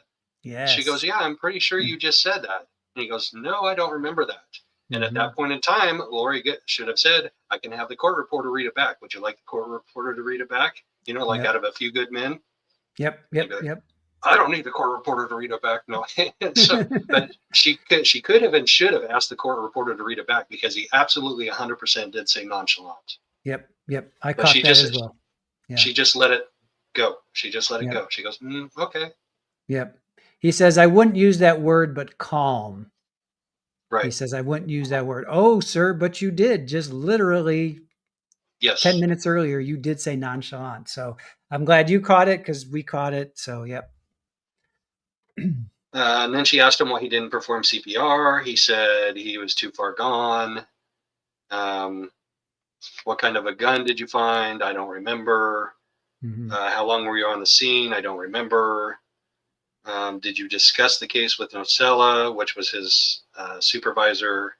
Mm-hmm. That's about all I have. So I took short notes on that. Do you have more detail on that? I do. Okay, so did you perform CPR? It appeared he was deceased. CPR would make it worse due to wounds on chest. So when 911 was telling my brother it would have the same effect, he's like, well, it depends on when the call came in. That was kind of, I mean, again, I think she could have pressed him a little bit more, but eventually he did say, yes, it could have had the same effect. But then Alex would be bloody, right? Alex would have blood on his hands if he's doing compressions. Plus they would have seen, as we found out later, they would have known that he had actually done CPR, which he did not, I don't think. Right. Oh, do you have crime scene experience? He's like, just my 20 years. Right. I thought he was pretty snarky back to her. Well, I think she said crime scene investigation experience. Oh, okay. Yeah. Okay. I think, if I remember right. And that's, Yeah. I didn't write it down. So that's just going off of road memory. Sure. Yeah. Oh, that's good. Did you see me arrive on the scene? He says, I was on my way out of the crime scene when you arrived. She objected. Please ask questions only, because she was asking. She was. Oh yeah, she was. This was a really big objection, because she wasn't asking questions. She was testifying. Yep. So Trina said, objection. The defendant is testifying, and the judge said, Ms. Daybell, or whatever he said, please just ask questions and don't. Yeah. That was a pretty big objection in my mind. It was. It started with Lori asking, how did you see the two wounds through the shirt? He said, just an observation I saw. I'm not exactly sure what I saw when I was there, other than two holes in his shirt. And then Lori kind of said it as an aside, but she says, I guess his shirt was open when you walked by, and then it just kind of hung. And then that's when Ms. K said, objection, questioning, and judge said, yeah, please ask questions only. So. Yeah, that's right. Because Lori said, I saw. And as soon as she says what I saw was, then she is testifying and not asking questions. Yeah. And then she proceeded to ask, I think, what she's going to ask every law enforcement. How long after did you make a report? Did you make any revisions? Were there any edits to your report? So she asked Krotheim that as well. So I'm just thinking, I'm kind of sensing a pattern where she's going to ask the same questions to everybody. And I mean, the lawyers do the same thing. So I don't really hold that against her, but I was just kind of noting patterns when and where they would occur. So that, I think, was one of them. And then she ended it with, thank you, that's all I have. And then she was done. Yep. So how did you think she did? Sorry to interrupt, but no, you're fine. I don't think it was horrible. Yeah. I mean, she wasn't some stark raving lunatic like we've seen from some pro per defendants. I mean, we all know the big cases that just like make a mess of it. I don't think she's making a mess of it. I don't know that the jury's buying what she's selling, which they're going to have to, but all it takes is one to be like, you know what? She's making decent arguments. She sounds fairly sane. She sounds fairly, not deeply experienced in legal matters, but she knows how to cross. She knows how to handle herself in court for the most part. Mm-hmm. I agree with you. I was actually, I don't want to say impressed, but I was like, wow, I thought this would go off the rails a lot quicker. And it actually kind of started with, oh my gosh, it's already going off the rails with the juror being late and the employer. But then once actually it was Lori's time, I was actually surprised, maybe is more the word, where I thought she would do a much more circus-like, Right. acting, and she didn't. I bring this up, Trace, on the case. A couple sitting next to you was from Australia. We were watching Nate, and he was in line, and he talked to these people from Australia. So I think it must have been the same. I'm There gonna you go. I'm gonna duck out for 1 second. I gotta take something real quick. Yep. Yeah. So Trace, we saw them. Yep.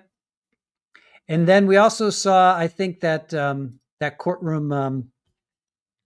What was it, manager? I forget what you called them.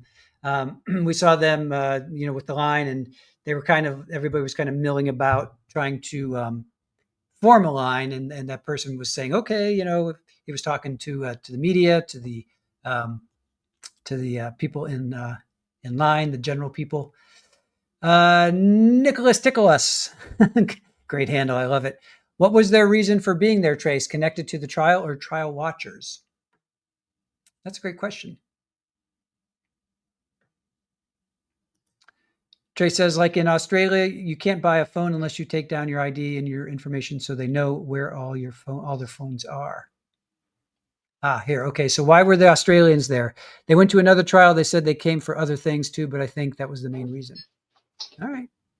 Yeah, when they were leaving, they said today was their only day here, so they were in and out. Oh, bummer. Okay. All right. So redirect was. I thought actually the redirect wasn't too bad. Do you have notes on the redirect? Yeah, the only thing that makes sense to me is just her bringing the CAD report in so they can detail the exact times that they showed up and they left, and his estimation of when he showed up and left was almost 10 minutes off. I mean, which is pretty significant in this case because we all know that Alex waited to call 911. So yeah, when did he actually show up? Yeah. The thing I got out of the redirect was the shooter's demeanor. Were you telling us what you observed? Yes, calm and collected after just shooting someone. Oh, yeah. So was everybody else calm and collected? I think that's what. Was that this one or was that Krautheimer? I've got that as this one for redirect. Oh. But it's also. Oh, you know what? I was tweeting during this. That's why I missed it. I tweeted what you wrote down. Okay. Yeah, that she said, so you were calm, cool, and collected on scene. Did you just shoot? Had you just shot somebody?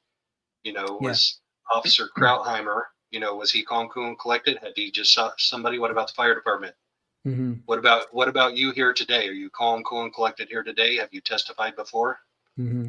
So I thought those were good questions.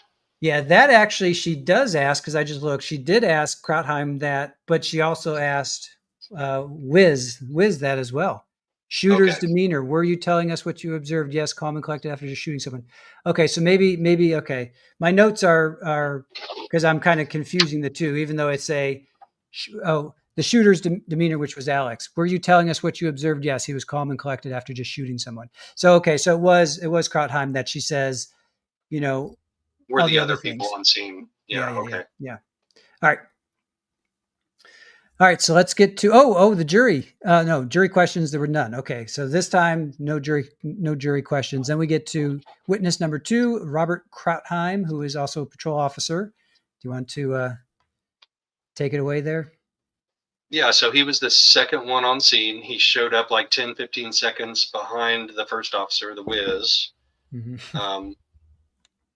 Alex appeared calm and nonchalant.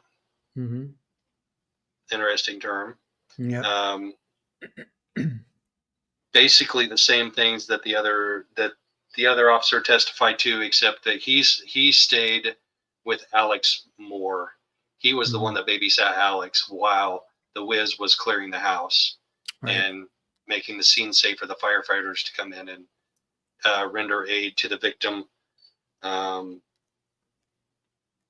then I just have we get into the body worn cam video. What do you have in addition to that before we get to the video?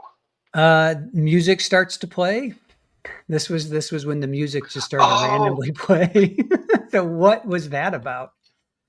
so that was just this weird, like, electronic musical, like, synthesizer type of music that just came from out of nowhere, and everybody just stops and looks Yeah. around.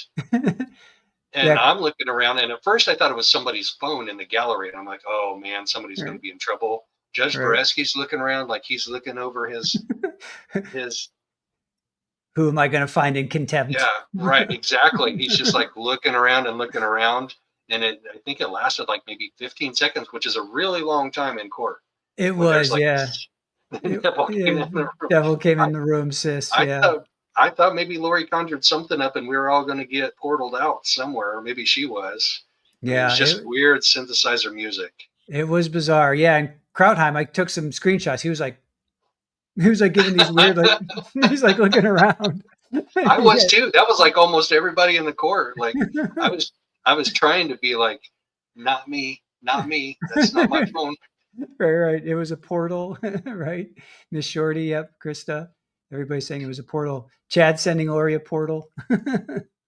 Right. So what happened was juror number 13's phone was sitting next to some type of an audio button on the front wall, that wooden wall in front of the jury box. So he Wow. had some type of an alert going off on his phone that ended up being broadcast throughout the entire court. Oh my gosh. Wow. So that was that juror number 13 question. Wow. That why he got held back after we went to the mid-afternoon break. Wow. How did they figure it out? How did they sort that out? The detective work? I don't know. Wow. That is so random. I don't even know why they're allowing a juror to have a phone in the courtroom. Yes, that's what I was going to ask you when we got to that point, because that's coming up, a little bit later. I was going to ask you that. Why were they? Are you allowed your phone in or no? Yes. You can bring. Okay. We're allowed laptops, phones. We can actually record audio. We cannot distribute it, but we can record audio for the purposes of our own notes. And I may actually try and see if I can dig up my audio recorder out of my boxes here. That's going to be a task. It may be easier just for me to order a new one. But yeah, for the purposes of our notes, we can actually do audio recordings of the courtroom sessions. That's pretty cool. Yeah. I like that. Yeah. Let's see. So what else do I have? Where did we leave off with Krautheim? Right before the body worn camera video. And then you said the weird musical noises. Okay. Yeah. I have, okay. Oh yeah. So right before, no objection to Exhibit 1. Did she ask why there were so many law enforcement and fire department around her house? He said no. Did Lori ask about her brother? Oh yeah. So he also, so Lori comes up to the scene. Lori and Tylee come up, and Krautheim is the one that, interacts with them for. Right. Intercepts her from the scene. Yeah. Tells her to go back to her car. Go to the other side of Lori was nonchalant and calm. I have that as a note. Everybody was nonchalant. That seemed to be the word of the day. Okay, yeah. So then we get to the body cam, and then they show the body cam. So that's where we are. Right, and that's where the jury kind of got bored with the long stretches of that were not very interesting. Had no audio. I'm really gonna have to fix this lighting. Like, it's driving me nuts. I kind of dig it. Yeah, but I hear what you're saying. We'll get there. This is better than last time. It's an improvement. Yes. Can't lie. You can't lie about that. It's an improvement. That is true. So the body worn cam just basically shows him going around, and eventually he briefs the detectives and he briefs his sergeant, Nocella, on what he has been doing all day. But he also goes over to talk to Lori and Tylee. He ends up also talking to Tylee. And they turn the audio on for that, as you guys know. And that's Lori's nonchalant, "Hey neighbor" video, that we all watched before we came to this trial and were just like totally baffled. Like, your husband was shot to death by your brother like an hour and a half ago. Yep. You just disappeared. You were there when it happened. I'm not saying you were in the room. She claims she wasn't in the room. I'm not sure one way or the other. It doesn't really matter. No. And then you just disappear with the kids and come back an hour and a half later and they're all nonchalant and flirty with the cop. Yep. So just real quick, people are saying that they like the blue lighting. Okay. Yeah, I have just to add to that. Did you believe Lori knew her husband was dead? He says, "I did not. I thought she just arrived back at the house and didn't know what happened." So I Right. could see how that would throw you if you're, an officer and you're like, you do realize, that this just happened. And she's just like, "Oh, hi neighbor. Sorry. We've only been here 3 weeks." She's just so bizarre. Yeah. And he's all prepared to give the death notification. Yeah. And that's one of the worst tasks that you can have as a law enforcement officer, is a death notification. Yeah. But apparently she knows about it already and she's okay with it. Sorry, I got Nicholas Ticholas. I like the blue too, like Finding Nemo meets true crime story. That's pretty good. All right. Then we get to cross, unless you have anything to add for direct. Was there anything else in there? Nothing too earth shattering. Alex refused medical treatment. He says he asked him 3 times, right? If he wanted medical treatment, and Alex refused medical treatment 3 times. And then crime scene containment. I have a note about crime scene containment. What does that mean? And he says that's making sure that there aren't too many people that go on the scene, and that the things that are on the scene don't get disturbed any more than they have to. Yeah. And then cross, yes. Okay.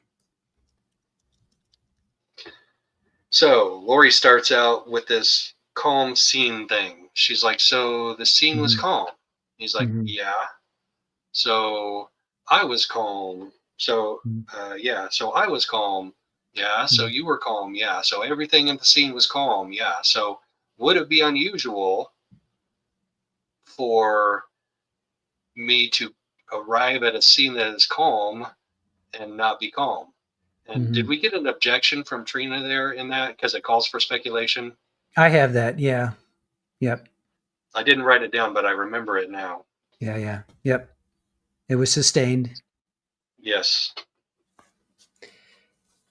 My next note is interesting. What do you have next? It's about Alex's no medical treatment. Okay. Yeah. Right before that, did you say it looked like a goose egg? And he says tomato, tomato. Right. Yes. Did he really say, like, he said it looked like a goose egg? I don't remember. No. She said, "Could you also say it looked like a goose egg?" In other words, she's trying to make it look bigger. So you said it was a bump. Could you also say it was a goose egg? Tomato, tomato. Gotcha. Okay. So he's agreeing that you could call it a goose egg, which is, to me, a significant admission, because a goose egg to me is a pretty big bump.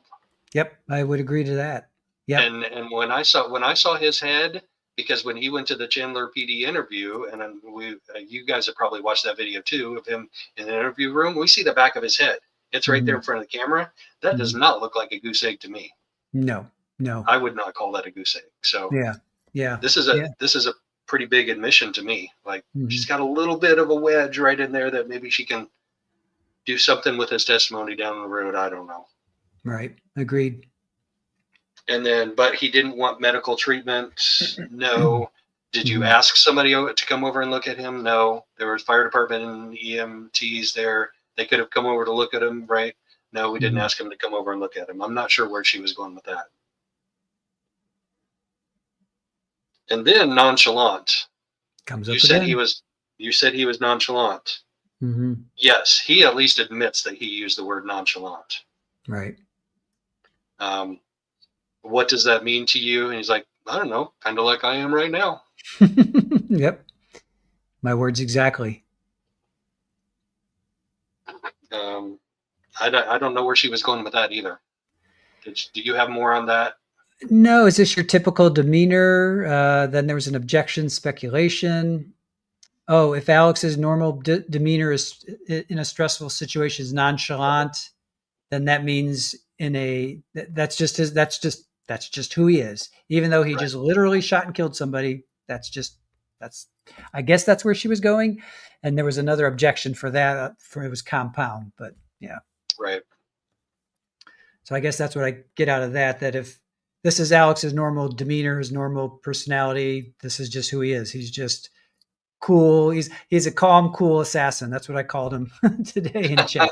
He's a calm, cool assassin. I guess so. Yeah. Literally. Yeah. And then they talk about her being parked across the street, and she seems to think that the fact that her car was parked across the street is some kind of shade on her not wanting to be too close to the scene. So then she starts to go into the fact that there's a whole bunch of emergency vehicles in the way, and that's the only place she could have parked. And his response to that was actually the proper response. He's like, no, there's like 400 parking spots around he didn't say that literally, but there were 400 other places to park. You could park down the street, you could park around the corner, you could park south of the house. Right. And she's like, no, I mean to park as close to the house as I can. And he goes, I don't even think he had a response to that, did he? Actually, I got an objection testifying. Yes, right. There you go. There you go. So he didn't have to answer that. Yeah. Now we get into a really interesting part with a lot of objections. Yes. Because she asked him if he gave Alex a ride to PD, and he did. This is the officer that took Alex down to the Chandler Police Department police station for an interview. Before he left, he briefed the detectives and the case agents. Now, she asked him, so did Alex tell you that he was hit in the back of the head with that? Charles tried to grab the bat and hit him in the back of the head. Objection. Hearsay. And she tries like 3 or 4 times. Yeah. Objection, hearsay, objection, hearsay. And the judge finally says, hearsay is anything that is not a matter of court record. So in other words, she had to have some type of official record entered in with this. She's trying to go around and about the legal ways of getting this in to try and get Alex as to what Alex said happened, or what she said Alex said happened. Well, Alex said it too. He's just not here to testify to that now. He said they had a fight and he got whacked in the back of the head. So she's trying to get it in through this surreptitious method. Yeah. And Trina's not having it, and the judge isn't having it. I wonder what the jury thinks about it, though. Like, because they've heard it now, and you can't unring the bell. I mean, she said, did Alex tell you that Charles grabbed the bat and whacked him in the back of the head? Something like that. She got it in there. I mean, even though the judge said objection sustained, it's out there in the universe. Yeah. I was told, oh no, that's not her. At one point she said, what's the legal objection? And it was hearsay. Yeah, they were talking. Okay, so I have like a lot of objections through here. I have like 4 in a row. And then before that, I've got speculation. And I've got another one. Defendant is testifying, all within I have like maybe 10 rows of text. And there's probably like, well, at least 4, 5, 6, 7 or 8 objections within that, within that little blip there. Yeah. Yeah. It was happening too fast for me to write down. Yeah. And that's all I have before cross-examine. Or, we take a break. So we're at almost 3:30, and the judge is like, all right, Lori keeps going on and on and on and on, so we're going to take a break, and then she can come back and finish her cross-examination of this witness after we get back. Yes. And that was a nice little break. You always need that. Remember when we were in school Mm-hmm. and you'd go to that first class after lunch and you just like, it was everything you could do to stay awake. Yep. Absolutely. I Yep. wasn't having trouble staying awake, but it's just like, you need to get up and stretch, like about an hour and a half after lunch, you need to get up and stretch. So the Absolutely. judge gave us a break. Yep. But here's the other interesting thing about the jury. They get to exit first. All rise for the jury. Jury exits. Then the families go out. And then the public goes out with the media all about the same time. The jury's out there on break, intermingling with the rest of us. Like this big room that's in between the courtrooms. Everybody's in there taking a break. Like we all use the same bathroom. We all use the same water fountains. We all stand around in the same space as the jurors. Mm-hmm. It's just, it seems like a recipe for disaster for me, for some juror getting tainted. I agree. So you're this Groovy Cheryl. Thank you. Don't forget to tell us about the juror. This is juror 15. Is that your phone, Judge? That's what we heard right before the break. The judge says, "Juror 15, is that your phone?" And then he kind of Juror 13. His phone was was it the cause 13? of that. Yeah, his phone was the cause of that weird musical thing that went on. Yeah, so that that's interrupted. So was that juror like embarrassed, or did they go like, or? Well, that juror is the juror that used to, I don't think he still does, used to work for the City of Mesa Public Works Department. Okay. And he's very casual. He's very nonchalant. To use the word of the day. Yes, and he's the only juror that I see with a phone in the jury box. And I don't know, maybe if he still works Public Works Department, he has to have it there in case there's an emergency, but that doesn't make sense. I mean, he's like a lot of public works people that I've dealt with in the past, like on the blue collar side of it, like on the street department or something like that, you know. But I have a feeling that he already thinks that Lori's guilty and he's not really paying that much attention to the trial. Like I get that vibe. I totally could be wrong. I mean, he could have an open mind, but I just get that vibe from him. Like he's an older, when I say older, like probably a little bit older than me, maybe 60-ish, and just very no nonsense kind of guy. That shuffles into the jury box, shuffles out of the jury box with his phone in hand, except he forgot it last time. All right. I guess he's getting a pass, or yeah. Well, we'll keep an eye on that going forward. See if any other jurors, if you can see their phones or not. Yeah, absolutely. All right. So we're coming up on the milkshake comment. So let's, we're coming up on the milkshake comment. So we're coming back after break, and Lori is still doing cross.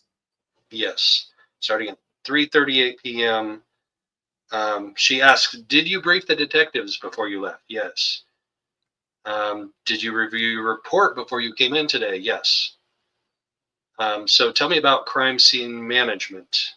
Okay, crime scene management is, and he goes on to describe crime scene management, what his duties are, which don't involve crime scene investigation, but he's talking about maintaining the integrity of the scene, the number of people in and out of the scene, those sort of things, and making sure that like civilians don't come and enter the scene. All right. Now, she asks, how long did it take you to brief your superior on what had taken place on the day? And he said, about a minute and a half. Right. How long did it take you to brief the detectives on your goings on of the day? About a minute and a half. So maybe under a minute. Yeah, maybe under a minute. So you have a 3-page report here. And I think there was an objection in there too from Trina. I don't remember what it was. I have 3 objections. Right before that. Like right before that. It was right after the milkshake comment and right before the 3 pages. Okay. You're gonna have to fill me in on that, because I have like 3 sentences, not like a whole page on that part of it. All right. So the briefing. So you walk us through. Yeah. Okay. So she says, "Did you brief the detective before you left for the station?" Yes. Who was it? It was Moffat. And then he he mentioned a couple other guys. I just got Moffat. Lori says, I don't want to interrupt you, as she actually does interrupt him. He says the briefing was under a minute, which you talked about. He met with the state 2 weeks ago to go over testimony, and that lasted an hour. And here's the chocolate milkshake. Did you have conversation when your supervisor arrived? I did. When was that? It was between when I arrived and when I left, which I thought was like a brilliant comment. Did you have a conversation with your superior? Yeah, it was before. It was when I arrived. It was between when I arrived and left. Brilliant. And then I forget what she. I forget what she asked. Maybe could you clarify that or something? And he says chocolate milkshake says about halftime. So what? That's some kind of a local saying. It's got to be some kind of a local idiom. Okay. Is it like I was taking it? People were taking it different ways. I was taking it as, chocolate milkshake is a bet. So he's betting her a chocolate milkshake that it was. That's the way I took it. That's the way I took time. it. Yeah, that's the way I took it. Yeah. And the gallery cracked up when he said that. Yeah. All right. So that was a good one. All right. And then you only talk to your supervisor for less than 1 minute. Then I have objection. I don't know what it was for. Then another objection, asked and answered, sustained. Then another objection. Judge says, I'll allow that one. And then it took 3 pages to write the report, but less than 1 minute to talk to your supervisors. Yes. And then that's all I have, Your Honor. So that's what I have with that. Yeah, that is an interesting point. Like, how do you summarize 3 pages of stuff in 1 minute? You got to be talking really fast. Yeah. Yeah. I don't know. What do you think? Just at 1 page? You think 1 page, 1 minute, 2 pages? I don't know. That's tough. Well, it depends on is your report a form where you're just like filling in name, number, and address and that sort of thing? Is that the front page of it, and then you have a narrative as the second page? Like 1 page of narrative would probably be about a minute, I would guess. Yeah. Yeah. But if you have 2 pages of narrative, I can't see you getting through that in a minute. Yeah. True. Unless he talked really fast. Right. Yeah. It was the end of his shift. He wanted out of there. Actually, he's the one that said that he went back. He took Alex back to the police department and then went back out and went 10-8 to be back on duty and take more calls. Mm-hmm. Yep. So it wasn't the end of his shift. Yeah, that is true. So then redirect was pretty quickly. Do you have anything for redirect? Nonchalant and calm. Yep. This is where she goes and she asks everybody. Yes. Yeah. So you were nonchalant and calm. Had you just shot somebody? Mm-hmm. Your fellow officers were nonchalant and calm. Had they just shot anybody? No. Fire department was nonchalant and calm. Had they just shot anybody? And he goes, well, not that I know of.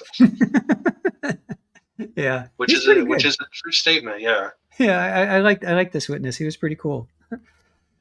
And then she talked about the lack of blood on the cloth that Alex was using on his wound. And she keeps doing this thing where she's talking about he was dabbing it, but he was also rubbing it. Like she said that like 2 or 3 times now, mentioning him rubbing the back of his head. And I'm wondering if she's going to bring in some kind of testimony that maybe he was like intentionally exacerbating like a surface wound of some kind by doing that. Like gotcha. If he was making a scratch where I'm curious. It's curious to me that she keeps mentioning that rubbing the wound. Yeah. Yeah. Because if you have a wound, you're not going to rub it. You're going to, keep compression on it, Right. I mean, the last thing you want to do is like aggravate it by rubbing it, Right. So. And then she also goes over the CAD report with specific details about his times, his arrival time, certain times at the scene, and then what time he took Alex back to the station, I think. Mm-hmm. There was a jury question in the bin. Did they actually ask the jury question? Did it get asked? Because I missed that if they did. What happened there? The court assistant took the question up to the judge. They went to sidebar, which means they put on their headphones and they play the white noise. Mm-hmm. And when they came back from that, the judge didn't make a ruling on the jury questionnaire or the jury question. Mm-hmm. But Trina got up, and that's when she asked her question. Okay, good. So I didn't miss anything. No. So I'm wondering if the judge in that sidebar didn't say, well, this jury question is really something that the state should have asked. So we're going to go ahead and, because usually what happened in Delphi when there was a jury question is the judge would ask the witness that question. Mm-hmm. I think, or maybe the state did. No, it was the state that would ask the question. Mm-hmm. So maybe that was the jury question that Trina read right before we went on to the next witness. So do you have that question written down? Because I did not. I have, do you know when you were finished? And he says Yes, 10 minutes after he used the restroom, got some water, and then he was done with this call before the end of his shift. Oh, done. Yeah. Done with this call before the end of his shift. But the judge didn't state it like, okay, the state is going to ask the jury question now. He said the state has one more question now for the witness. So maybe that was the jury question. Because from what I can remember, usually the judge is like, we have a question from the jury. They make sure it's okay from both parties, state and defense. And then the question is blah, blah, blah. Like the judge will read it and then the witness has to answer it or whatever. That's what I'm more familiar with. But yeah, anyway. Yeah, me too. It doesn't make sense that he wouldn't just say, okay, the state is going to ask the juror question now. Yeah. He said the state has another question. Right. Well, let's keep an eye out going forward. Yep. I'm sure that there will be other questions. So, and then the judge asks Lori if she has any follow-ups, and she says, no, Your Honor. So the first witness, he didn't ask her, do you have any follow-ups? This time he did. Correct. Right. Interesting. Yep. So to use one of Lori's favorite responses, correct. Correct. Yes.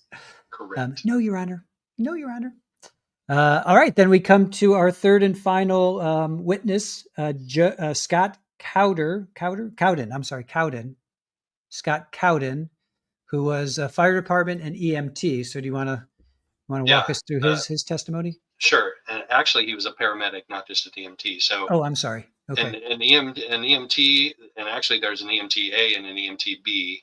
Okay. And they have different just for lack of a better term, life-saving skills. And a paramedic has even more education and more life-saving and intervention skills. Like paramedics can administer IVs, EMTs cannot in most jurisdictions. Okay, cool. So just things like that. No thanks. But he's not only a paramedic, he's also a CPR instructor. Yes. And I think he has been for like 10 years. He was kind of a younger guy, though, and I got a little bit of a nervous vibe from him. So I have a feeling that he hasn't testified in very many, if any, trials before, especially one of this magnitude. I got just a little bit of a nervous vibe from him. Mm-hmm. But they get immediately. Go ahead. I was going to say somebody in chat thought he may have been on shift the night before or something because he looked a little tired. Did you think he looked tired at all? I couldn't see him close up. I couldn't see him close up enough. I read it more as a nervous vibe, but it's possible. I mean, they work. Sometimes they work 24-hour shifts. Sometimes they work 12-hour shifts. It just depends on the jurisdiction. But sometimes they work like 4 on, 3 off, 4 days on, 3 days off type of a schedule. Yeah. Yeah. I mean, if you're living at the firehouse and you get calls in the middle of the night, the next day can be pretty rough. Yeah. Agreed. Yep. So we immediately start getting into chest compressions. Mm-hmm. He talks about what CPR is, cardiopulmonary resuscitation. I thought that it was noteworthy that he just focuses on chest compressions. He tells what chest compressions are and what sometimes happens to the body that you're doing chest compressions are, what happens. He doesn't mention the breathing part of cardiopulmonary resuscitation. The P is pulmonary. You also administer artificial breaths to the victim if they're not breathing. Mm-hmm. So it's not just about chest compressions. Some people think it is. The ratio of chest compressions to breaths has changed over the years. It used to be like 5 to 2. You would do like 5 chest compressions and 2 breaths, 5 chest compressions and 2 breaths. And then it became like 10 to 2, then became like 15 to 2. There are even some European countries that do like 30 to 2 because that circulation of the blood to the brain is like the most important part of that. You need oxygen to the brain too, but the effectiveness of like a 15 to 2 ratio is going to be more than like a 5 to 2 ratio. So it seems like a lot of people are saying breaths aren't even standard now. Oh, for real? Yeah. Future says they've Wow. changed it to only compressions now. Hey, Mona, CPR is taught without breaths now. Wow. Baka, they don't do breaths anymore. Yeah. Okay. I don't Live know, and so learn. I don't have an opinion on that. I'll just go with Well, that tells you yeah. how long it's been since I was CPR certified. Yeah. Yeah. Yeah. So Miss It, Shorty. All right, Miss Shorty even confirms it. Oh no, wait, it's the compressions which count. yeah. Yeah. Yes. Chest Okay. compressions. Right. Hey Mona, Well, O2. Oh, hey Mona was you're a nurse or used to be a nurse. Yeah, so hey Mona, the O2 gets to the brain with blood that circulations. makes sense. That makes sense. Yeah. Yeah. Well, thank you all for the Mhm. education. I appreciate that. Sinbad only compressions now. Miss Shorty, we have no breaths at all. Okay. All right. Oh, there we go. Hey Mona, licensed RN. Uh, so you think you know more than me? Oh, she'll take you to school, Joe. I believe it. I was a firefighter EMT. See, the most recent was '06. So gosh, that's almost 19 years ago. Holy cow. Wow. I don't I Impressive. don't I know if somebody were dying and they needed if they needed CPR, which apparently now is just chest compressions, I would do it, but Yeah. just in a life or death emergency. And she asked him in the course of this examination, I'm not sure if it was right at the beginning, but it's relevant to this because she asked him, what if somebody calls 911 and you can't detect a pulse? What does 911 do with that person that doesn't know CPR? And he Right. said, well, I guess they would walk them through it. And they do. 911 operators are taught to try Mhm. and walk people through CPR. Yep. Well, that's good. We don't have to give breaths anymore because we used to have to deal with that stupid shield. Like you would be Yeah. trying to give somebody breaths through that shield that you would have to put over their mouth. Like Lily Wayne says, I thought they changed it because people were afraid to do the mouth part, so many people weren't doing anything. They said do chest part only rather than nothing. So, Yeah, like I just said, that plays a part in your thought process as an emergency responder. yeah. Christine, circulation is most important. All right. Chat is taking me to school, Like and I I love it. said, I I love don't it. have an opinion, so I'll be like, yep. I'll just nod my head and say, yep, okay. I gotcha. Oh, anti-puke shield, Christine says. Ah. Yeah. All right. Oh, here, hey Mona, our RN, 120 minutes with good compression. It changed because of evidence-based outcomes. Yeah, Okay. I believe it. I believe it. It kept evolving over time. Right. And Nicholas Tickles, yeah, but do you know how long to die on the cold? Asking for a friend. You're cross-pollinating trials now. Right. No cross-pollination allowed. All right. Scott Cowden. Yes. So they start Yeah. talking about chest compressions. Yes. Yeah. Um, and he talked about how when you're getting proper depth on your chest compressions, Mhm. the chest bones will crack and break, like your ribs will separate from the sternum. Mhm. I haven't ever done that myself. I have been in an ambulance with somebody that did that. It was audible when it happened. Mhm. Mhm. And it's a lot of work. Chest compressions are a lot of work. Yeah. Like, so you need to be able to switch off with somebody else if you do it over a long period of time. Mhm. But he didn't talk about that. I'm talking about that. We'll talk about what he talked about. Um, you can you could see a visible reaction from some family members when they were talking about the rib bones or the chest bones cracking Mhm. during CPR, and some people in the gallery actually had a negative and adverse reaction to it. Also, Yeah. like I said, I was an EMT firefighter, so I'm used to that. But yeah, cartilage tears from the ribs. Yeah, Mhm. He um, likened it to like cracking your knuckles. That's what he yeah. likened it to. Yeah, which doesn't sound that bad, but It's a anytime you little hear, louder than that. It's a yeah, little louder than that.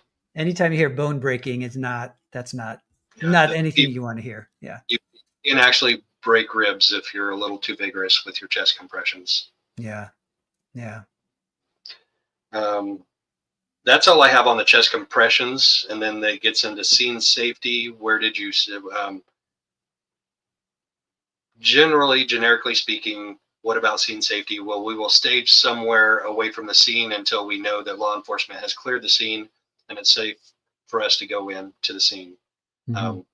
And then they get into specifics about this particular scene. Where did you stage? And he didn't say a distance, but he said we were probably like 30 seconds away, waiting for Mm-hmm. law enforcement to clear the scene so we could go in there and render aid. Mm-hmm. And actually, when I took my EMT practicals, so practicals are after you're done with the academic part of it, you have a practical test where they stage people with fake injuries, and you have to treat them according to the proper way to treat them. And every time you enter a room with a new fake injury, you have to say, "Is the scene safe?" That's the first question that a first responder that's not law enforcement should be asking, whether it's a paramedic or a firefighter.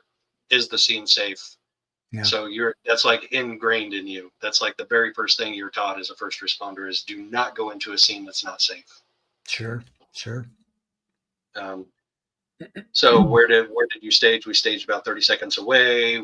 So you drove up. So this was the driver of the apparatus that was testifying today. He had to navigate through some of the law enforcement vehicles that were parked outside of the scene, outside of the house, parked as close to the house as he could. They hop out. The two firefighters in the back go to get the gear out of the back. His captain's in the passenger seat. He hops out and goes into the house first. And the captain may have checked his pulse, but that's about the only hands-on thing that the captain did that day. He was mostly monitoring and taking paperwork and stuff while the other three were working on the victim. He said when he saw the victim, he did not see any blood pooling, even on the neck area. He didn't recall the neck blood. He was asked, was it a possibility that he was deceased? Yes, it was definitely a possibility that he was deceased, but they have protocols that they have to follow. And unless there are certain signs and symptoms like liver mortis, I mean, that you can see when you're a first responder, you do have to go ahead and perform CPR. So they started working on him. He started the actual CPR himself. Eventually, after a little bit of CPR, they rolled him over to check the backside, to check for anomalies on the backside. That's when they noticed the bullet holes in his back. And somewhere in that time period, it was probably before he started CPR, one of the firefighters cut away the shirt. He noticed the bullet holes in the shirt, and he said, "Don't damage those, cut around those." So she kind of cut off to the side so he could find that area on the chest, which is where you're supposed to do chest compressions. So they rolled him over, checked the backside for anomalies, noticed the bullet holes, rolled him back over, continued chest compressions once they rolled him back over.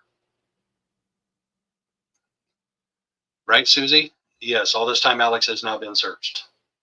Frisked. Yeah. That could have been really, really bad. Yeah. I didn't even think about that when I saw the body cam, and then now going through the first responders, law officers, testimony. It now that it's dawning on me, I'm like, what were they doing? I mean, they had guns on him. They had guns on him coming out of the house. I mean, he could have literally done anything, and they just let him sit there, and unbelievable. So anyway. Yeah, there was a possibility he was deceased. Then they show the still pictures. She asked if he remembers seeing that blood that pooled on his neck and throat area. He does not recall seeing that from the scene at the time. And then he performed CPR for so long without any response from the victim that they eventually just called it right there on the scene. Yeah. And that was the captain's job. He said Captain Keller was his captain, and he is the one who actually called him deceased on the scene. And then at that point, and like immediately at that point, they turn the scene over and they turn the body over to law enforcement, and they leave and go fill out their reports and pick up all of their equipment.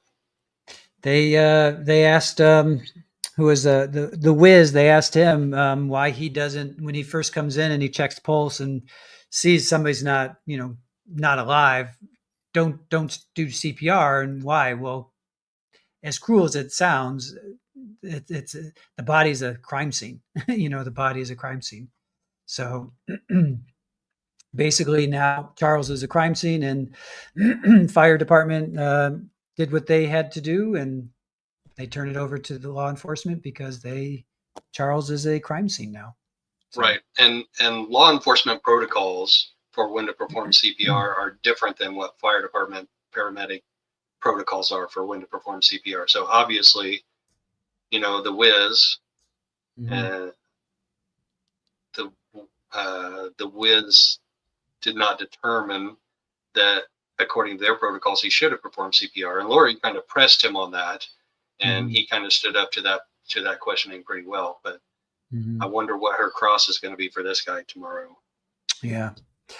Abel99 says, was there a GSR test on Alex's hands? He wasn't arrested. Yeah, he wasn't arrested, so probably not. Probably not. Yeah. Yeah. Young Black Economist is coming in saying hello. Hello. Hey there. Hey there, my friend. Good to see you in here.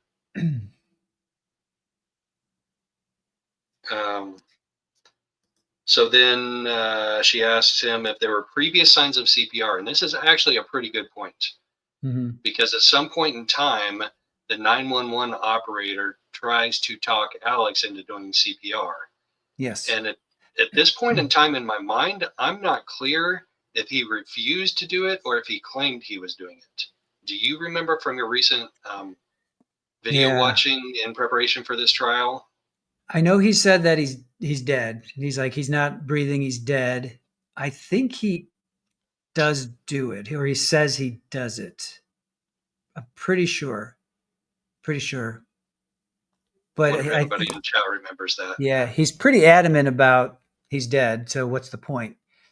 Yeah, chat. Do you guys remember during Alex's 911 call, and he was being told to try CPR, do CPR? Do you guys remember specifically? Forrest says he did claim he tried. Yeah. Okay. Sorry.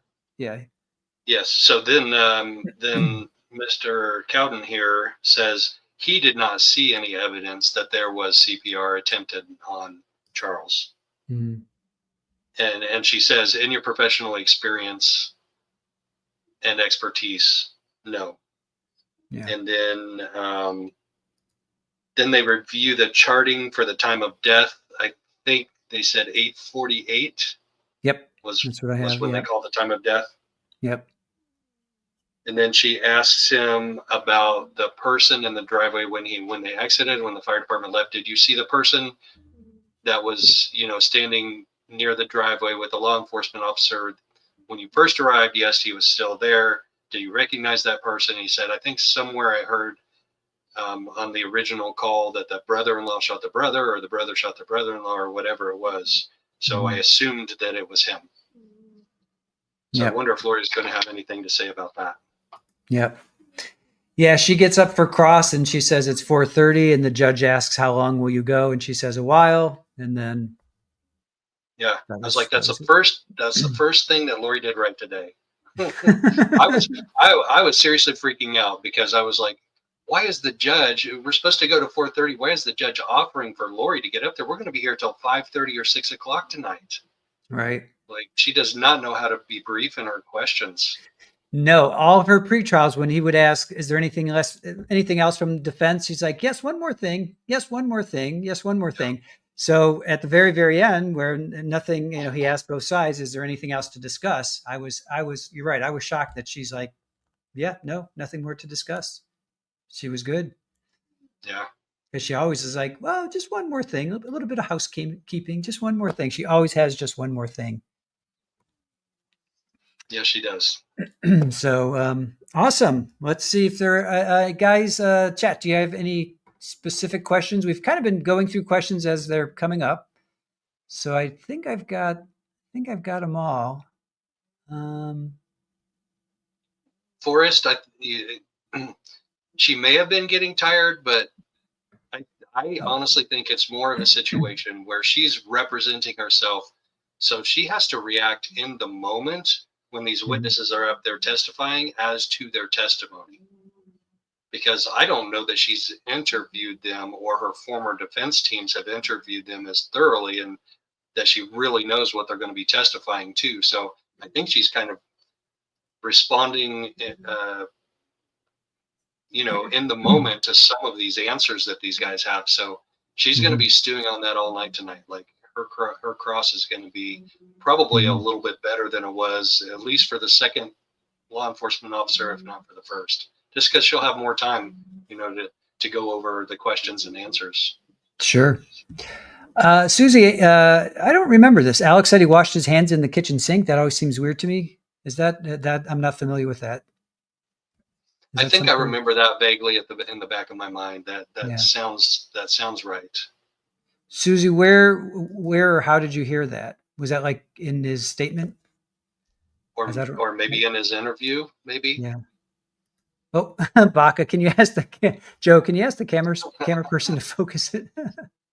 They had some issues with the white balance. Well, you didn't watch any, but at the very beginning, the white balance was way off, and then they kind of sorted that out. But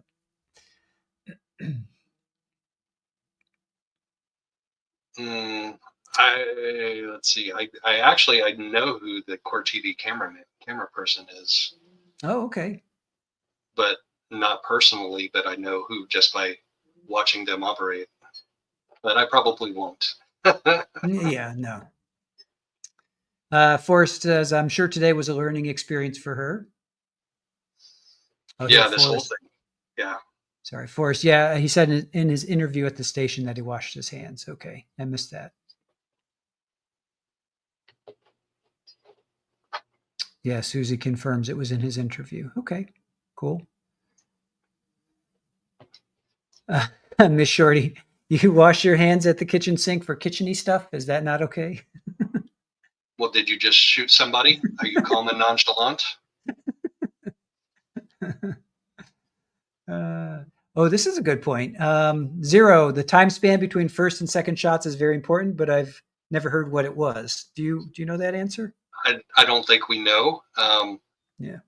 The medical examiner may be able to determine it approximately based on the amount of blood that came out of the first one versus the second one, because the first one was through the heart. So his heart had at least begun, if not completely stopped, by the time he fired the second one. So there may have been less damage out of the second one.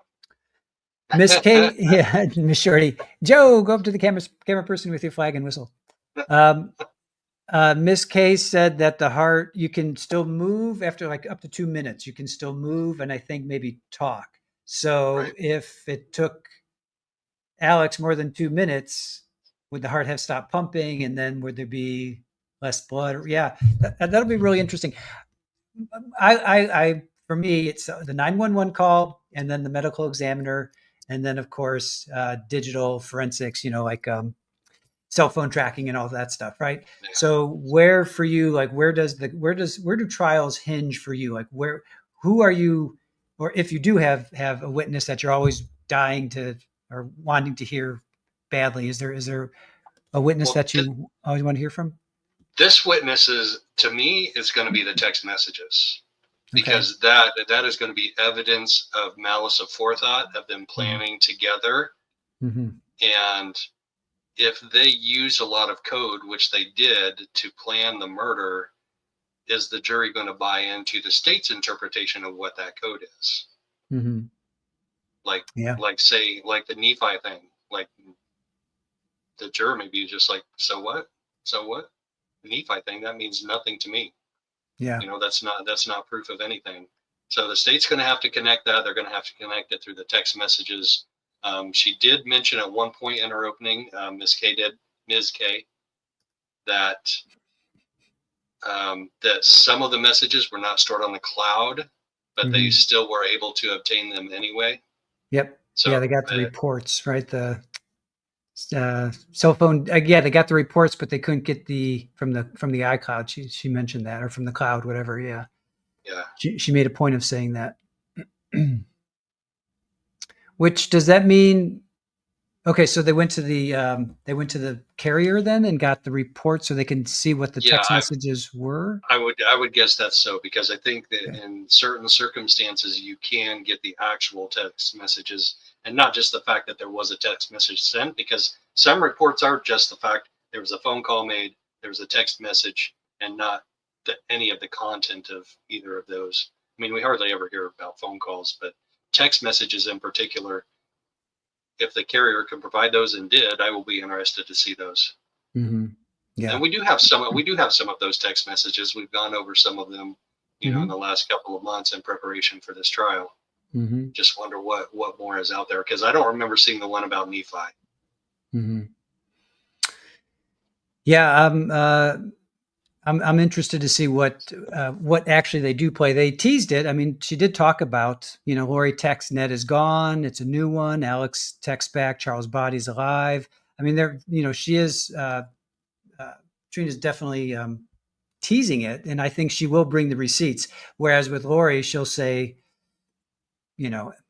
Alex was coming out, the evidence will show Alex was coming out, pulling up his pants without a shirt on. It's like, what evidence is going to show that? So maybe she'll portal us all back in time to stand in that room and watch. Right. All right, my friend, I think that's all I got for tonight. Do you have anything else you want to add before we say goodnight? What time did you get up? Like, are you get up at like 3 or 4 in the morning? Like, what time are you getting up? Not by choice. Yeah. And I don't mean not by choice to go to this trial. Like, I don't need to get up that early to get there in time for that. That's just, my body wakes me up at that time every morning. Pretty much every morning. Ouch. I feel for you.